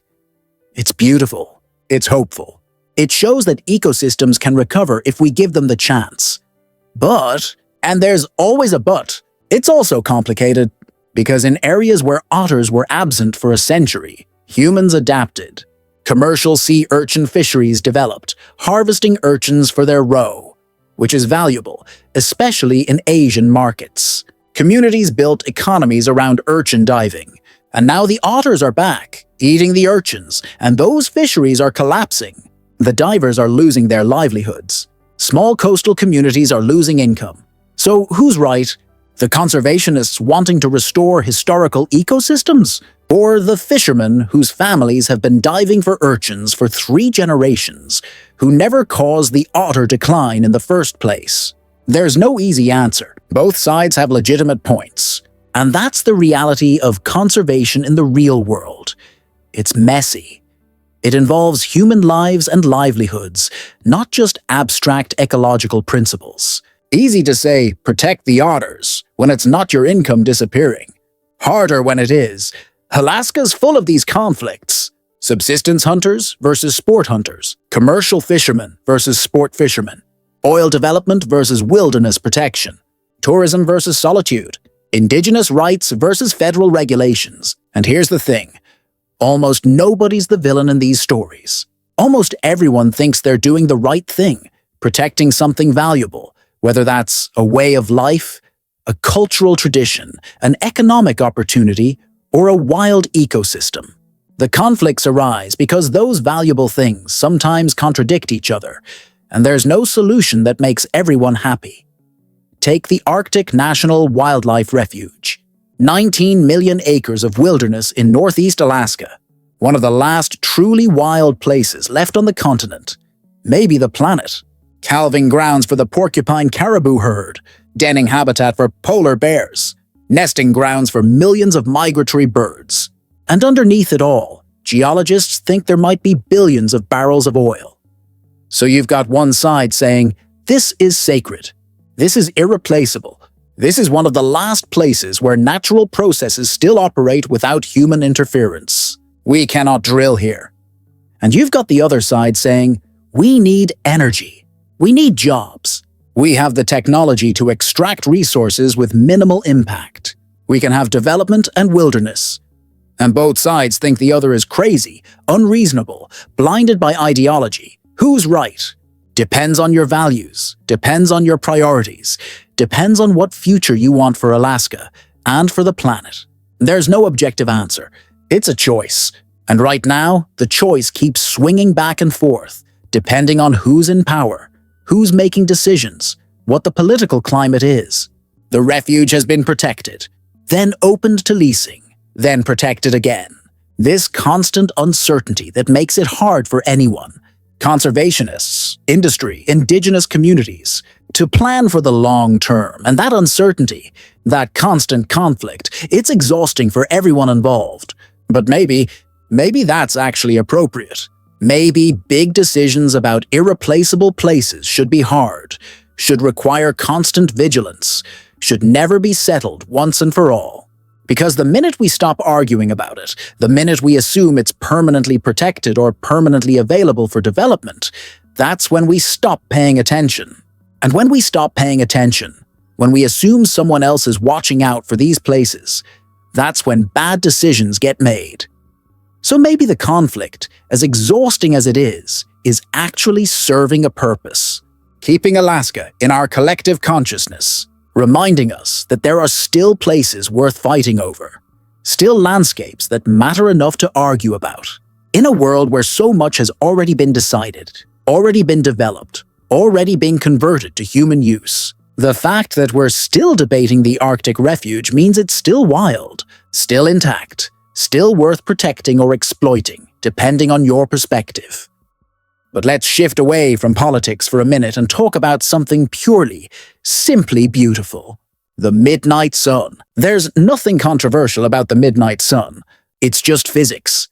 The tilt of the Earth's axis combined with Alaska's high latitude, resulting in summer days that never really end. The sun dips toward the horizon around midnight, skims along it like it's forgotten how to set, then starts climbing again. And that light, that low-angle midnight light, it's different from any other light you've ever seen. Photographers call it magic hour, and they're not wrong. Everything glows. Mountains that look ordinary at noon become luminous, almost translucent, like they're lit from within. Water reflects the sky in perfect mirror images, doubling the landscape. And the colors, man, the colors. The sky cycles through this endless sunset. Golds and oranges and pinks and purples, but stretched out over hours instead of minutes. You could watch it all night, and you might, because sleeping when the sun's still up feels wrong, feels wasteful somehow. And in that endless light, life goes into overdrive. Plants photosynthesize almost constantly, growing at ridiculous rates. That's why Alaska produces such huge vegetables, cabbages the size of beanbag chairs, zucchinis like baseball bats. They're getting 20 hours of sunlight per day. Animals are active around the clock too. Bears feed at midnight. Moose browse at 2 a.m. Birds sing at all hours, their internal clocks confused by the lack of darkness. The entire ecosystem is running on caffeine, turbocharged by the endless light. But there's a price. Come winter, that bill comes due. The same tilt that gives you midnight sun in June gives you midnight darkness in December. The sun disappears, not just at night, but for weeks at a time in the far north. Civil twilight at best in more southern parts of the state. Just a few hours of dim grayness that barely qualifies as daylight. And it's not just dark, it's cold. Brutally, bone-achingly, life-threateningly cold. This is where Alaska separates the tourists from the residents, the dreamers from the survivors. Winter. Real winter. Not the kind where you complain about scraping frost off your windshield. The kind where your car won't start because the oil's too thick to flow. Where your breath freezes in your beard, forming icicles on your face. Where stepping outside feels like getting slapped. The air so cold it makes your lungs ache, makes your eyes water, and those tears freeze on your cheeks before they can fall. And yet, people live here, thrive here, not just survive, thrive. They've figured out how to make it work, how to find beauty in the harshness. Because winter in Alaska, once you adjust to it, once you stop fighting it and accept it on its own terms, it's got a magic all its own. The way fresh snow squeaks under your boots when it's 20 below. That distinctive sound that only happens at extreme cold. The diamond dust, ice crystals suspended in the air that makes the entire world sparkle like someone scattered glitter across everything. The sundogs that appear on the coldest days, bright spots of rainbow on either side of the sun, atmospheric optics creating phantom suns in the winter sky. And the quiet. Oh man, the quiet of an Alaska winter is something you have to experience to understand. Sound doesn't travel the same in extreme cold. Things that should be loud are muffled. Your own footsteps seem distant. Words hang in the air, visible as frozen breath before they reach the person you're talking to. It's like the world's been wrapped in cotton, insulated, hushed. Peaceful if you're prepared for it. Terrifying if you're not. But prepared or not, winter demands respect. It'll kill you if you're careless, if you underestimate it for even a moment. Frostbite can happen in under 5 minutes on exposed skin when it's 50 below. You can lose fingers, toes, your nose, your ears, literally lose them. The tissue dies and falls off. And hypothermia? That's the sneaky one. You don't always realize it's happening. You get clumsy, confused, tired. You make bad decisions. You stop shivering, which seems like a good thing, but actually means your core temperature has dropped dangerously low. People have frozen to death within sight of their own houses because they got disoriented, went the wrong direction, couldn't figure out where they were, even though they were 100 feet from safety. So, Alaskans develop rituals, habits that seem obsessive to outsiders but are actually life-preserving. Always keep emergency supplies in your car, sleeping bag, candles, food, water. Always tell someone where you're going and when you'll be back. Always dress in layers, real layers, not cotton that'll soak through with sweat and freeze. Always carry matches in a waterproof container. Always, always, always assume the cold will find any weakness in your preparation and exploit it. Because it will. Nature doesn't give do-overs.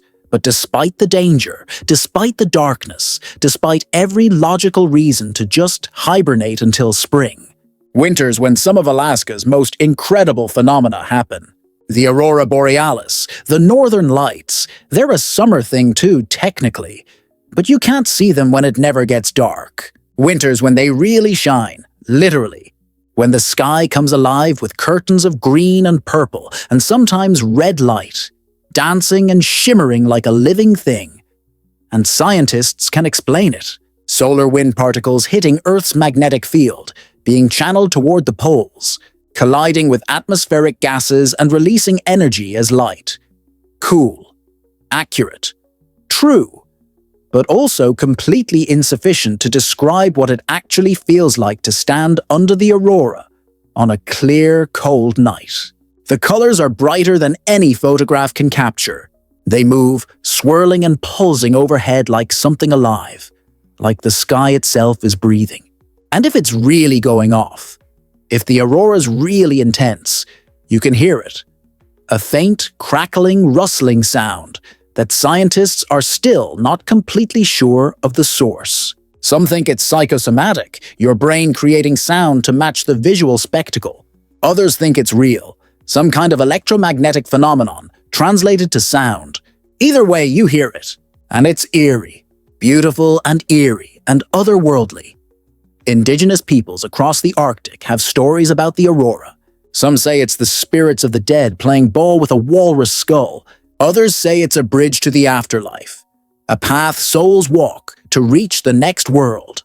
Some warn against whistling at the lights, saying it'll attract their attention and they might come down and take you. These aren't primitive superstitions, they're ways of encoding the aurora's power into cultural memory, teaching respect for forces beyond human control. And there's something to that. Standing under the aurora, you do feel small, not diminished, but right-sized, properly contextualized. You're on a spinning rock, hurtling through space, protected from radiation by a magnetic field you can't see, witnessing light from nuclear reactions happening 93 million miles away. The aurora's proof of all that. Physical, visible proof that we're not separate from space, from the cosmos. We're in it, part of it, affected by solar storms and magnetic flux and all these vast forces, operating on scales that dwarf human concerns. But pull back from the cosmic scale for a second and look at what's happening right here on the ground. While humans are huddled in heated houses, while most animals are hibernating or have migrated to warmer climates, there are still creatures out there living their lives. Ravens, those big intelligent corvids, they don't leave. They're here year-round, hopping around in 50 below temperatures like it's no big deal. They've got adaptations, counter-current heat exchange in their legs to minimize heat loss, specialized feathers, the ability to fluff up and trap insulating air. But still, they're birds. They're warm-blooded, and they're thriving in conditions that would kill most animals in hours. And they're not just surviving, they're playing. You ever watch ravens in winter? They slide down snow-covered roofs just for fun, drop sticks into thermal updrafts and chase them, play aerial tag with each other, doing barrel rolls and dives that serve no purpose except entertainment. They're having fun, in the middle of the harshest season, in conditions that should preclude anything except grim survival. These birds are playing. There's a lesson there. Something about resilience, about finding joy even in difficulty, about not letting the harshness steal everything from you. Wolves are out there too, hunting in the darkness and dim twilight. Their winter coats are so thick they can sleep in the open at 40 below, curled into tight balls with their tails over their noses. And they're successful hunters in winter, maybe more successful than summer, because the deep snow hampers prey more than it hampers them. Moose and caribou break through the crust with every step, exhausting themselves. But wolves, with their big paws and lighter weight, can travel on top of the snow, running down prey that's already tired from fighting the drifts. It's brutal to watch, a wolf pack pursuing a moose through deep snow. The moose struggling, lunging, trying to reach a frozen lake where the footing's better. Sometimes they make it, sometimes they turn and fight, and a full-grown moose with those massive hooves is a dangerous opponent even for a whole pack. But often, more often than not, the snow wins. The moose gets exhausted, slows down, and the wolves close in. It's quick after that. Efficient. The pack feeds, gains the energy to survive another week, another month. The moose's calories are transferred, redistributed through the ecosystem. Nothing's wasted. Even the bones get gnawed by foxes, voles, porcupines seeking the minerals locked in them.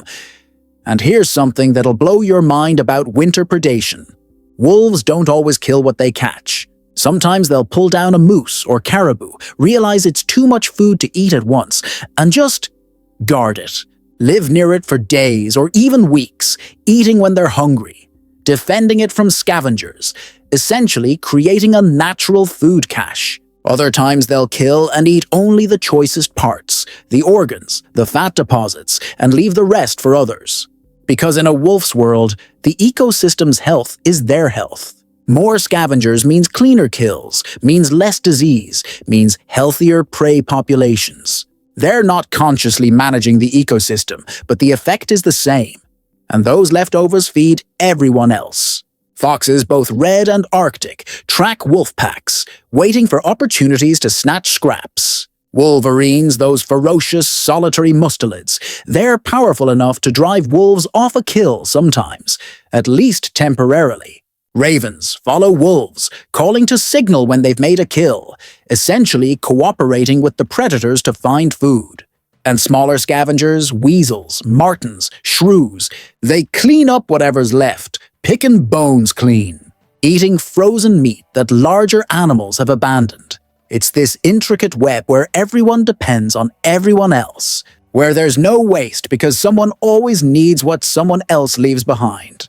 And it's not random chaos, it's organized, structured, with hierarchies and relationships, and what almost looks like cooperation, except it's all driven by individual self-interest that happens to create collective benefit. It's the invisible hand of evolution, creating order from competition. But let's talk about something you might not expect in winter Alaska. Light. Not sunlight? We've established that's scarce. But moonlight. When you've got a full moon reflecting off fresh snow, with no light pollution for hundreds of miles, it's bright. Not daytime bright, but bright enough to read by. Bright enough to travel without a headlamp. Bright enough to transform the landscape into this ethereal, dreamlike scene where everything's blue and silver and shadows are sharp as knives. And the stars. Oh man, the stars in winter. With cold, dry air and zero humidity. No atmospheric haze, no pollution. The stars don't twinkle, they burn. Hard points of light so numerous you can't pick out individual constellations because there's too much else in the way. The Milky Way's not a faint smudge. It's this band of light you could almost read by. So bright it casts shadows. And satellites, you can see dozens of them on any given night. These moving stars tracking across the sky. Reminders that even here, even in the wilderness, we're connected to the modern world, whether we like it or not.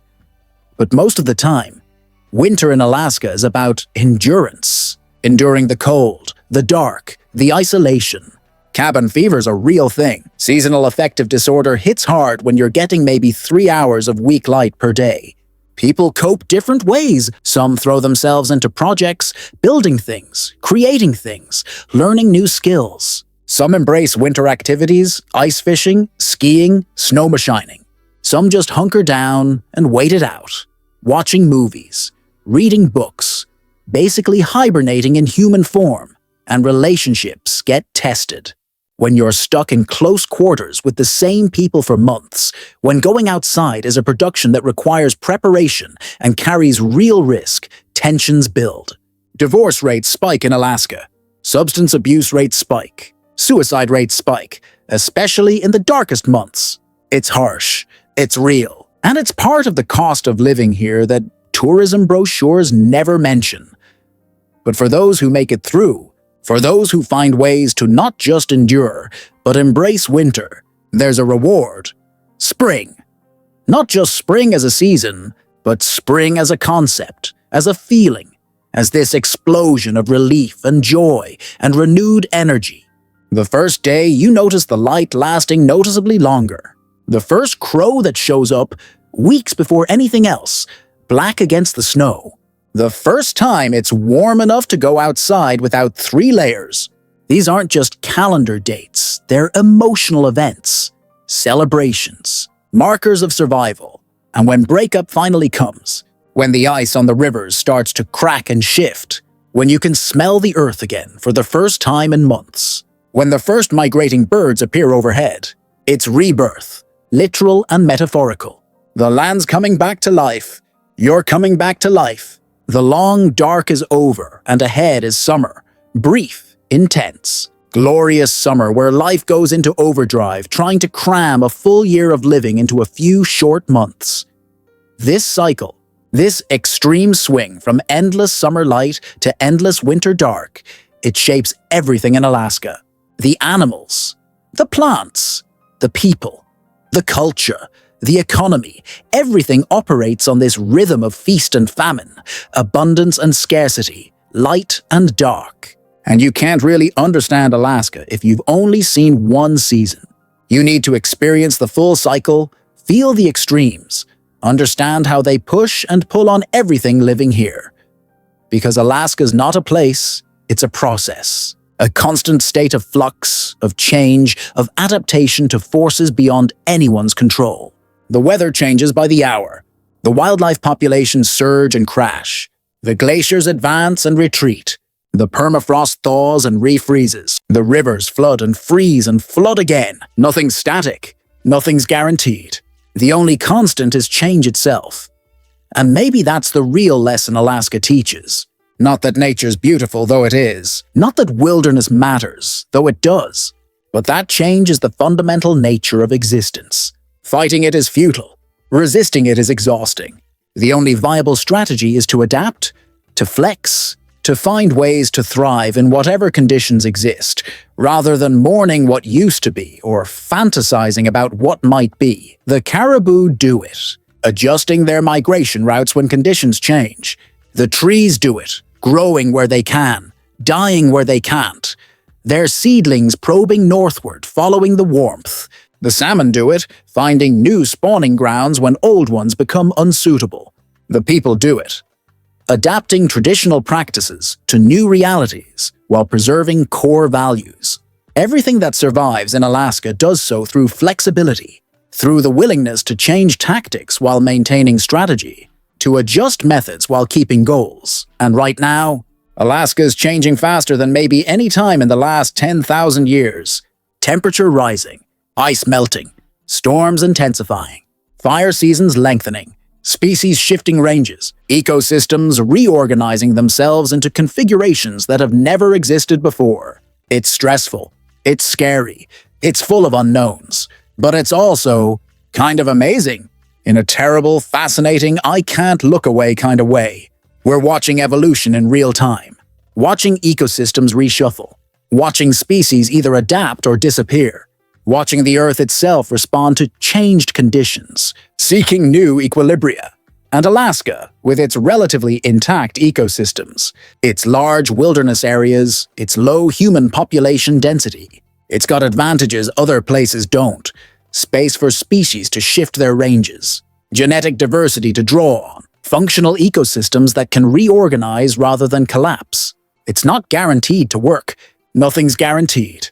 But Alaska's got a better shot than most places at weathering what's coming, at maintaining something recognizable on the other side of this transition. Let me tell you about something happening right now that gives me hope, despite everything.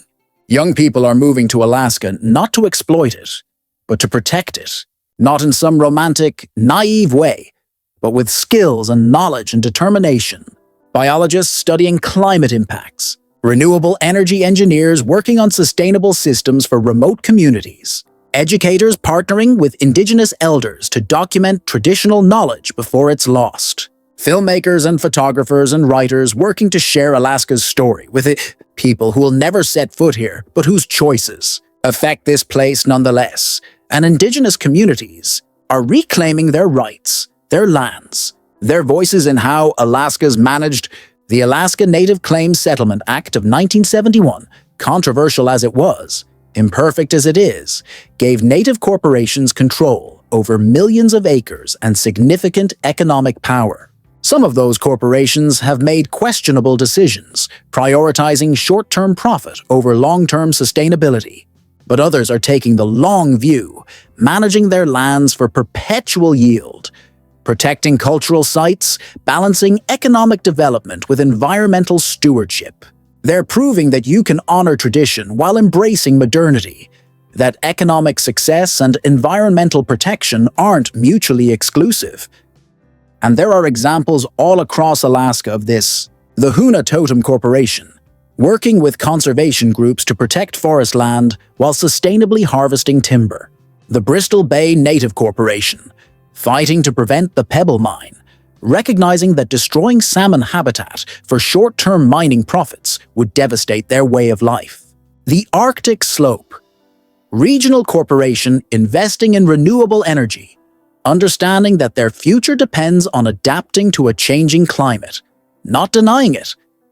These aren't simple good versus evil stories. They're complicated, nuanced situations where people are trying to balance competing values, find solutions that work for multiple stakeholders, navigate between tradition and innovation. And they're doing it while dealing with all the normal stresses of modern life. Economic pressures, family obligations, health issues, plus the unique challenges of living in remote, harsh environments where resources are limited and options are constrained. But they're doing it, making it work, finding ways to live in Alaska that don't require destroying what makes Alaska worth living in. And that's the balance, right? That's the challenge. How do you participate in the modern economy, access modern healthcare and education and opportunities without sacrificing the qualities, wilderness, clean water, abundant wildlife, that drew you here in the first place? There's no perfect answer. Every choice involves trade-offs. Want reliable electricity? You need power plants, which means environmental impact. Want accessible healthcare? You need roads and airports, which fragment habitat. Want economic opportunities? You need development, which changes landscapes. Want to preserve wilderness? You have to restrict human activities, which affects livelihoods. Every decision costs something. The question is whether the cost is worth the benefit. And who gets to decide? And Alaska's small population, less than 750,000 people in a state bigger than Texas and California combined. It means everyone's voice potentially carries more weight than it would in more populous places. Your vote matters. Your input on management plans matters. Your participation in public processes matters. But it also means there's more responsibility, more pressure on each individual to be informed, to engage, to make good decisions, because there's fewer people to catch mistakes or course correct when things go wrong. So let me bring this all together. Pull all these threads into something coherent. Alaska is many things: wilderness and resource extraction, beauty and brutality, tradition and change, hope and crisis, all of it existing simultaneously, overlapping, contradicting, somehow coexisting in this massive, complicated, endlessly fascinating place.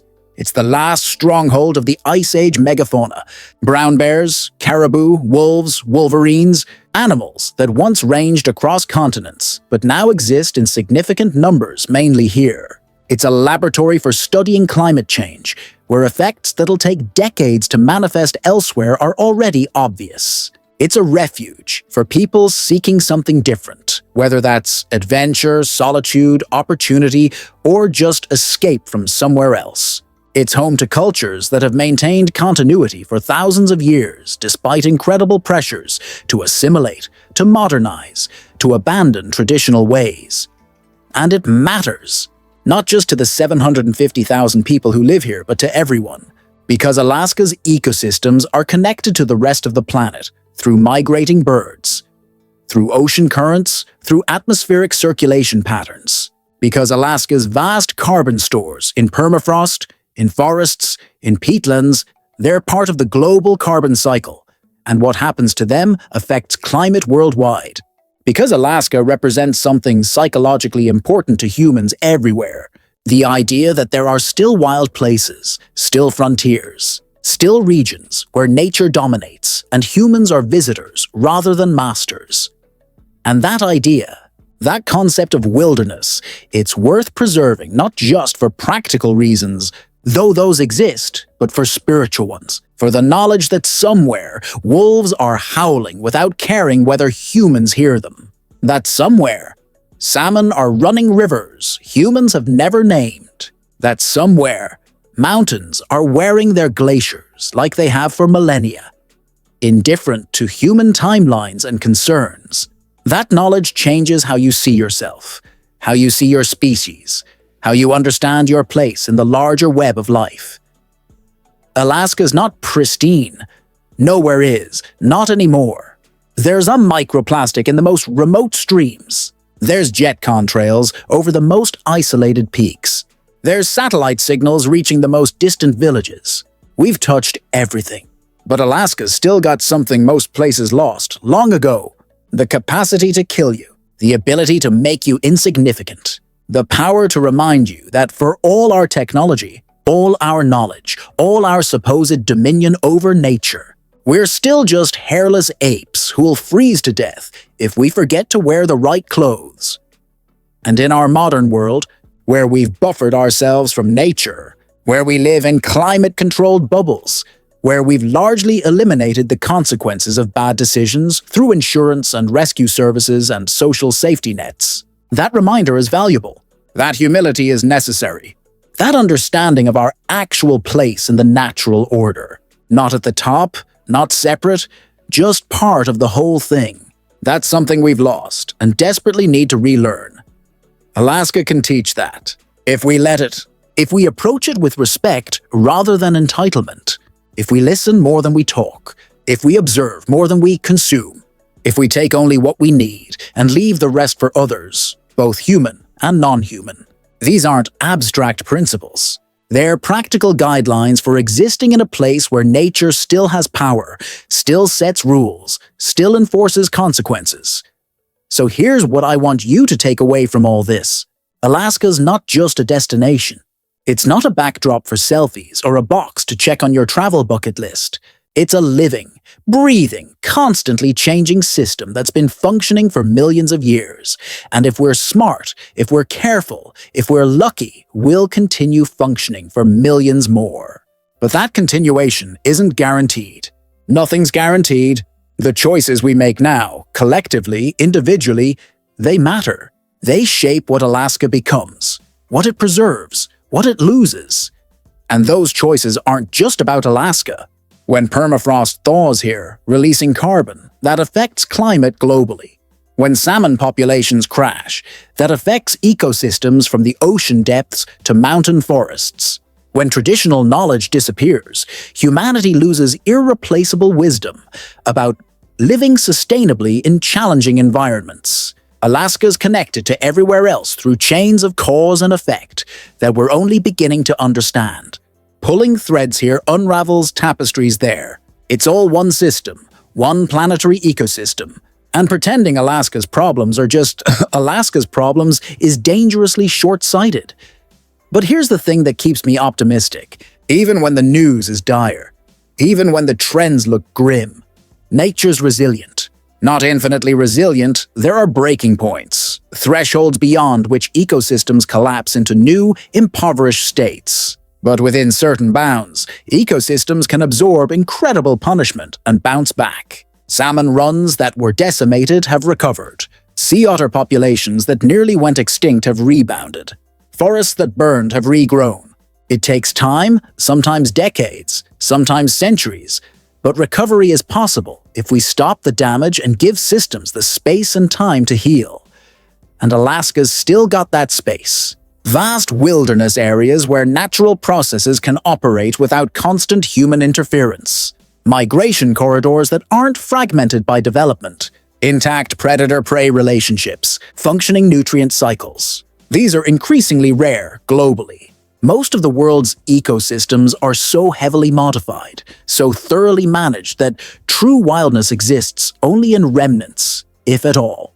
But Alaska's still got it. Still got places where you can walk for weeks without crossing a road, where bears have never seen a human, where evolution's still the primary force shaping populations rather than human management. That's irreplaceable.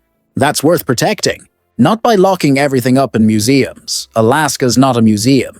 It's a living landscape that includes humans and always has.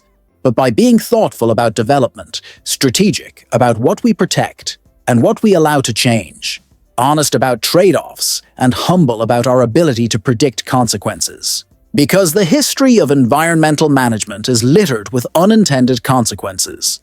Predator control programs that crashed prey populations, fire suppression that led to catastrophic wildfires, Well-intentioned introductions of non-native species that became invasive nightmares. We don't know as much as we think we do, and in that uncertainty, in that acknowledged ignorance, there's wisdom. It suggests caution. It suggests maintaining options, preserving redundancy, avoiding irreversible changes when possible. It suggests listening to people who've lived in these ecosystems for generations, who've accumulated knowledge through direct observation over time spans that dwarf scientific studies. Indigenous knowledge and Western science aren't opposites. They're complementary. They ask different questions, use different methods, but they're both trying to understand the same reality. And that reality's complex enough that we need every tool, every perspective, every insight we can get. So what does the future hold for Alaska? Honestly, I don't know. Nobody does. Climate models can project temperature and precipitation changes, but they can't predict exactly how ecosystems will respond. Will new species move in as conditions change? Will existing species adapt? Will we see novel ecosystems unlike anything that currently exists? Probably all of the above, in different places, at different times. Alaska in 50 years will look different than Alaska today, just as today's Alaska differs from Alaska 50 years ago. The question isn't whether it'll change, it will. The question is whether it'll remain recognizably Alaskan, whether the core qualities that make it special will persist through the changes. And that depends on choices. Choices made in Juneau and Washington, D.C., in corporate boardrooms and village councils, in conservation organizations and resource extraction companies. But also individual choices. Where you spend your money, which politicians you support, how you recreate, what you teach your kids, whether you choose to learn about these issues or remain willfully ignorant, whether you speak up when you see something wrong or stay silent because it's easier. Every choice matters. Every action has consequences, and while no individual can save Alaska, it's too big. The challenges too complex. The forces at play too powerful. Collectively, we can. Through accumulated small decisions that add up to systemic change. Through persistence. Through refusing to accept destruction as inevitable. Through maintaining hope even when it seems irrational. Because here's the truth. Hope isn't optimism. It's not believing everything will work out fine. It's choosing to act as if your actions matter, even when you're not sure they do. It's planting trees you'll never see mature. It's fighting for protections that might get overturned next election cycle, but fighting anyway. It's teaching kids to love nature, even though the nature they grow up with will differ from the nature you knew. It's showing up consistently, persistently, stubbornly, even when it feels futile.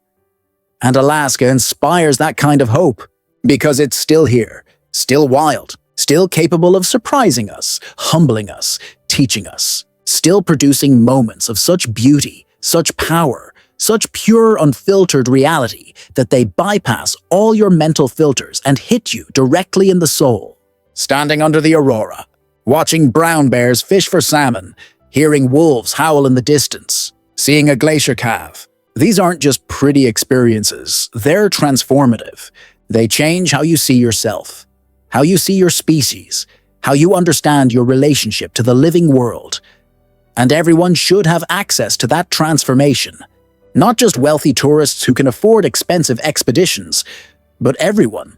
Kids from inner cities who've never seen true darkness, elders who've spent their lives in concrete jungles, people whose daily reality is so disconnected from natural systems that they've forgotten we're part of those systems, not separate from them.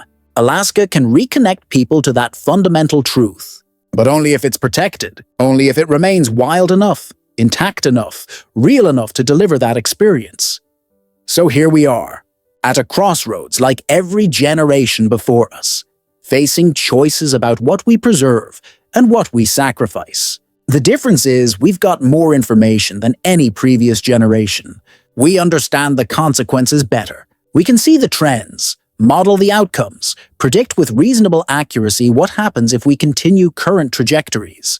We don't have the excuse of ignorance anymore.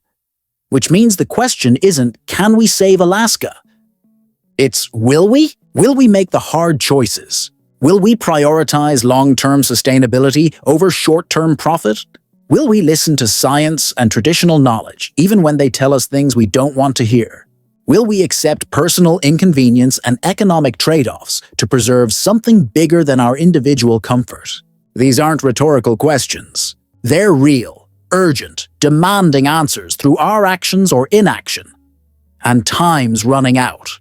Not in some vague, distant future sense. Right now, the permafrost that took thousands of years to form is thawing in decades. Glaciers that shaped the landscape are disappearing in our lifetimes. Species that survived the last ice age are struggling to adapt to changes happening too fast for evolution to keep pace. We're living through a transition period, a hinge point in history where decisions made now will echo for centuries, maybe millennia. But, and this is crucial, it's not too late. Damage doesn't mean destroyed. Change doesn't mean lost.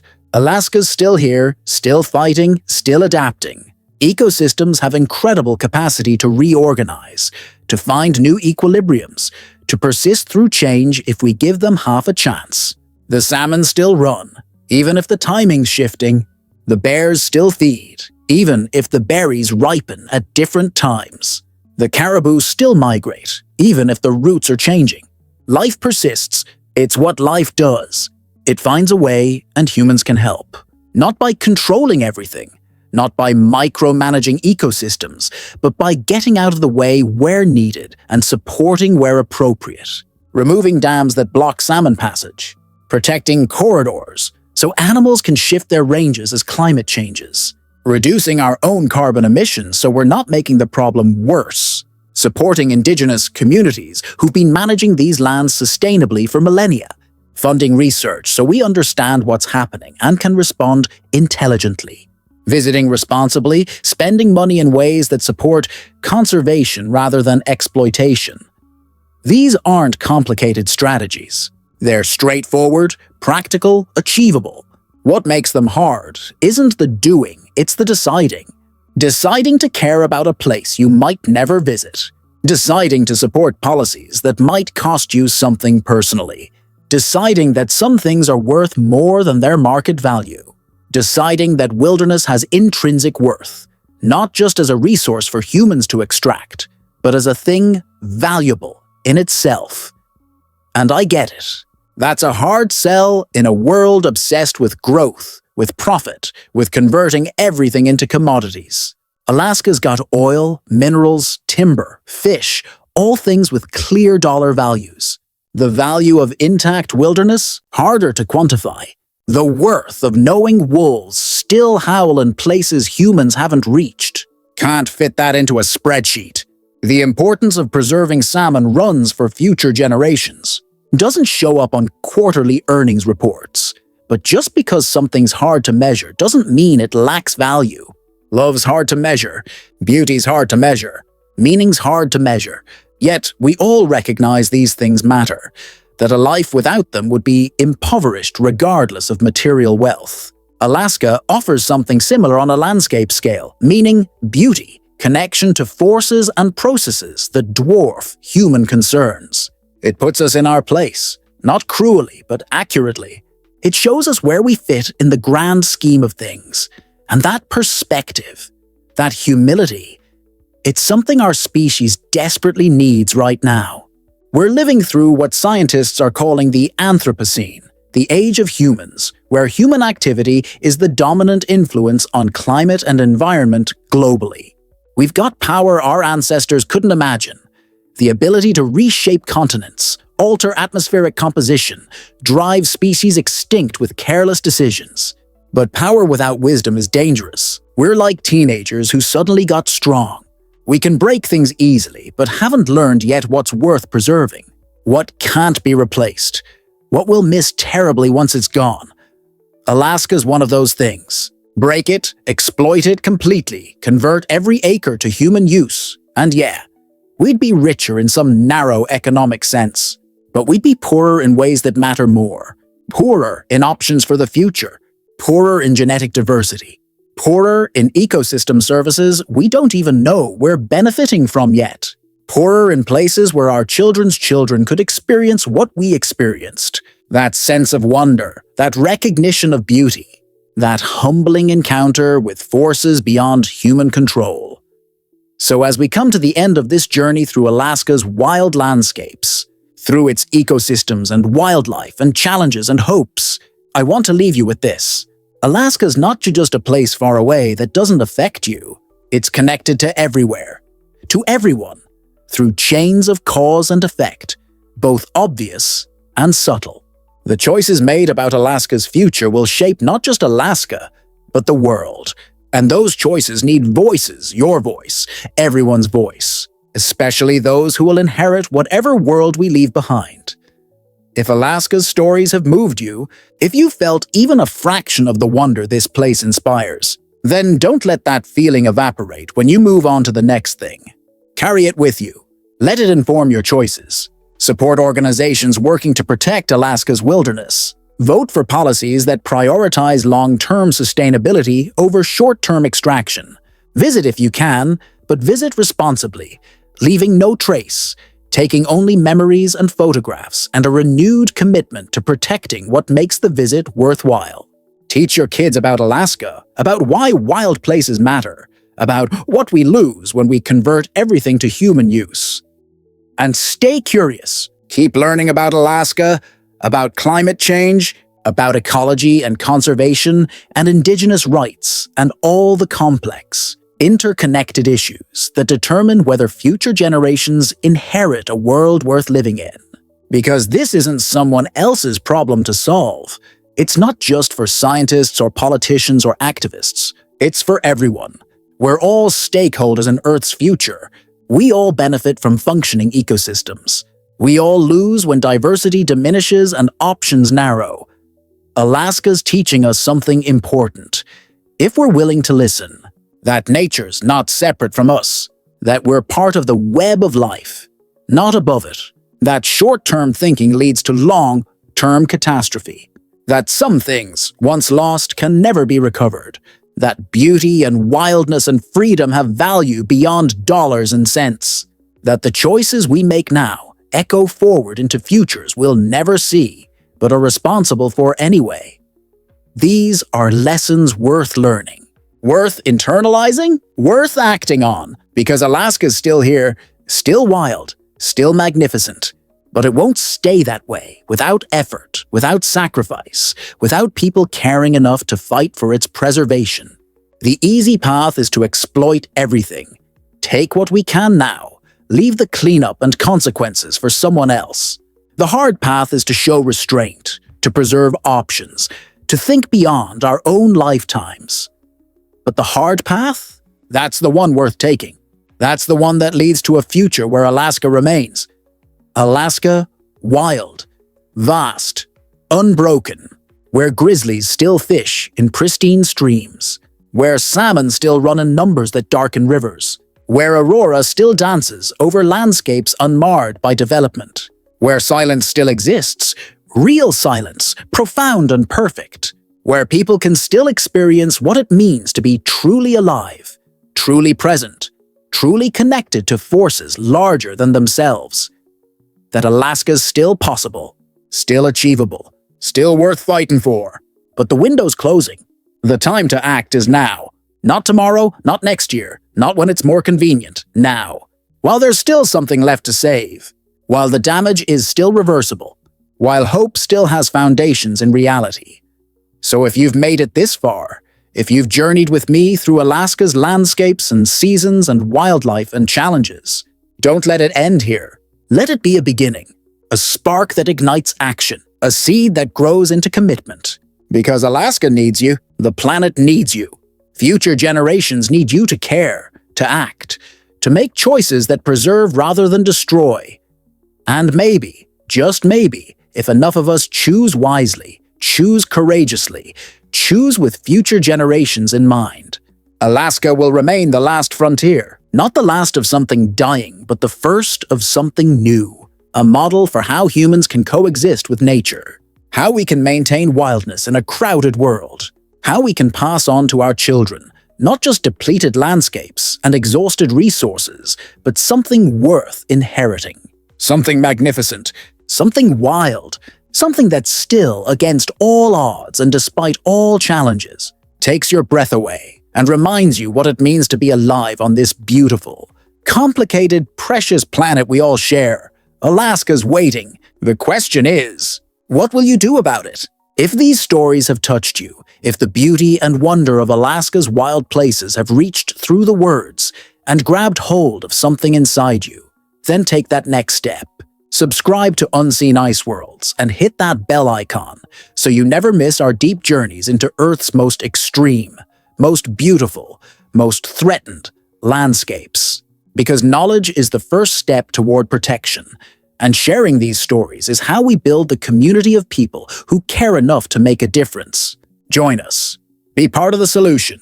Help preserve the ice worlds, the wild places, the last frontiers that make our planet extraordinary. The wild is calling. Alaska is calling. Will you answer?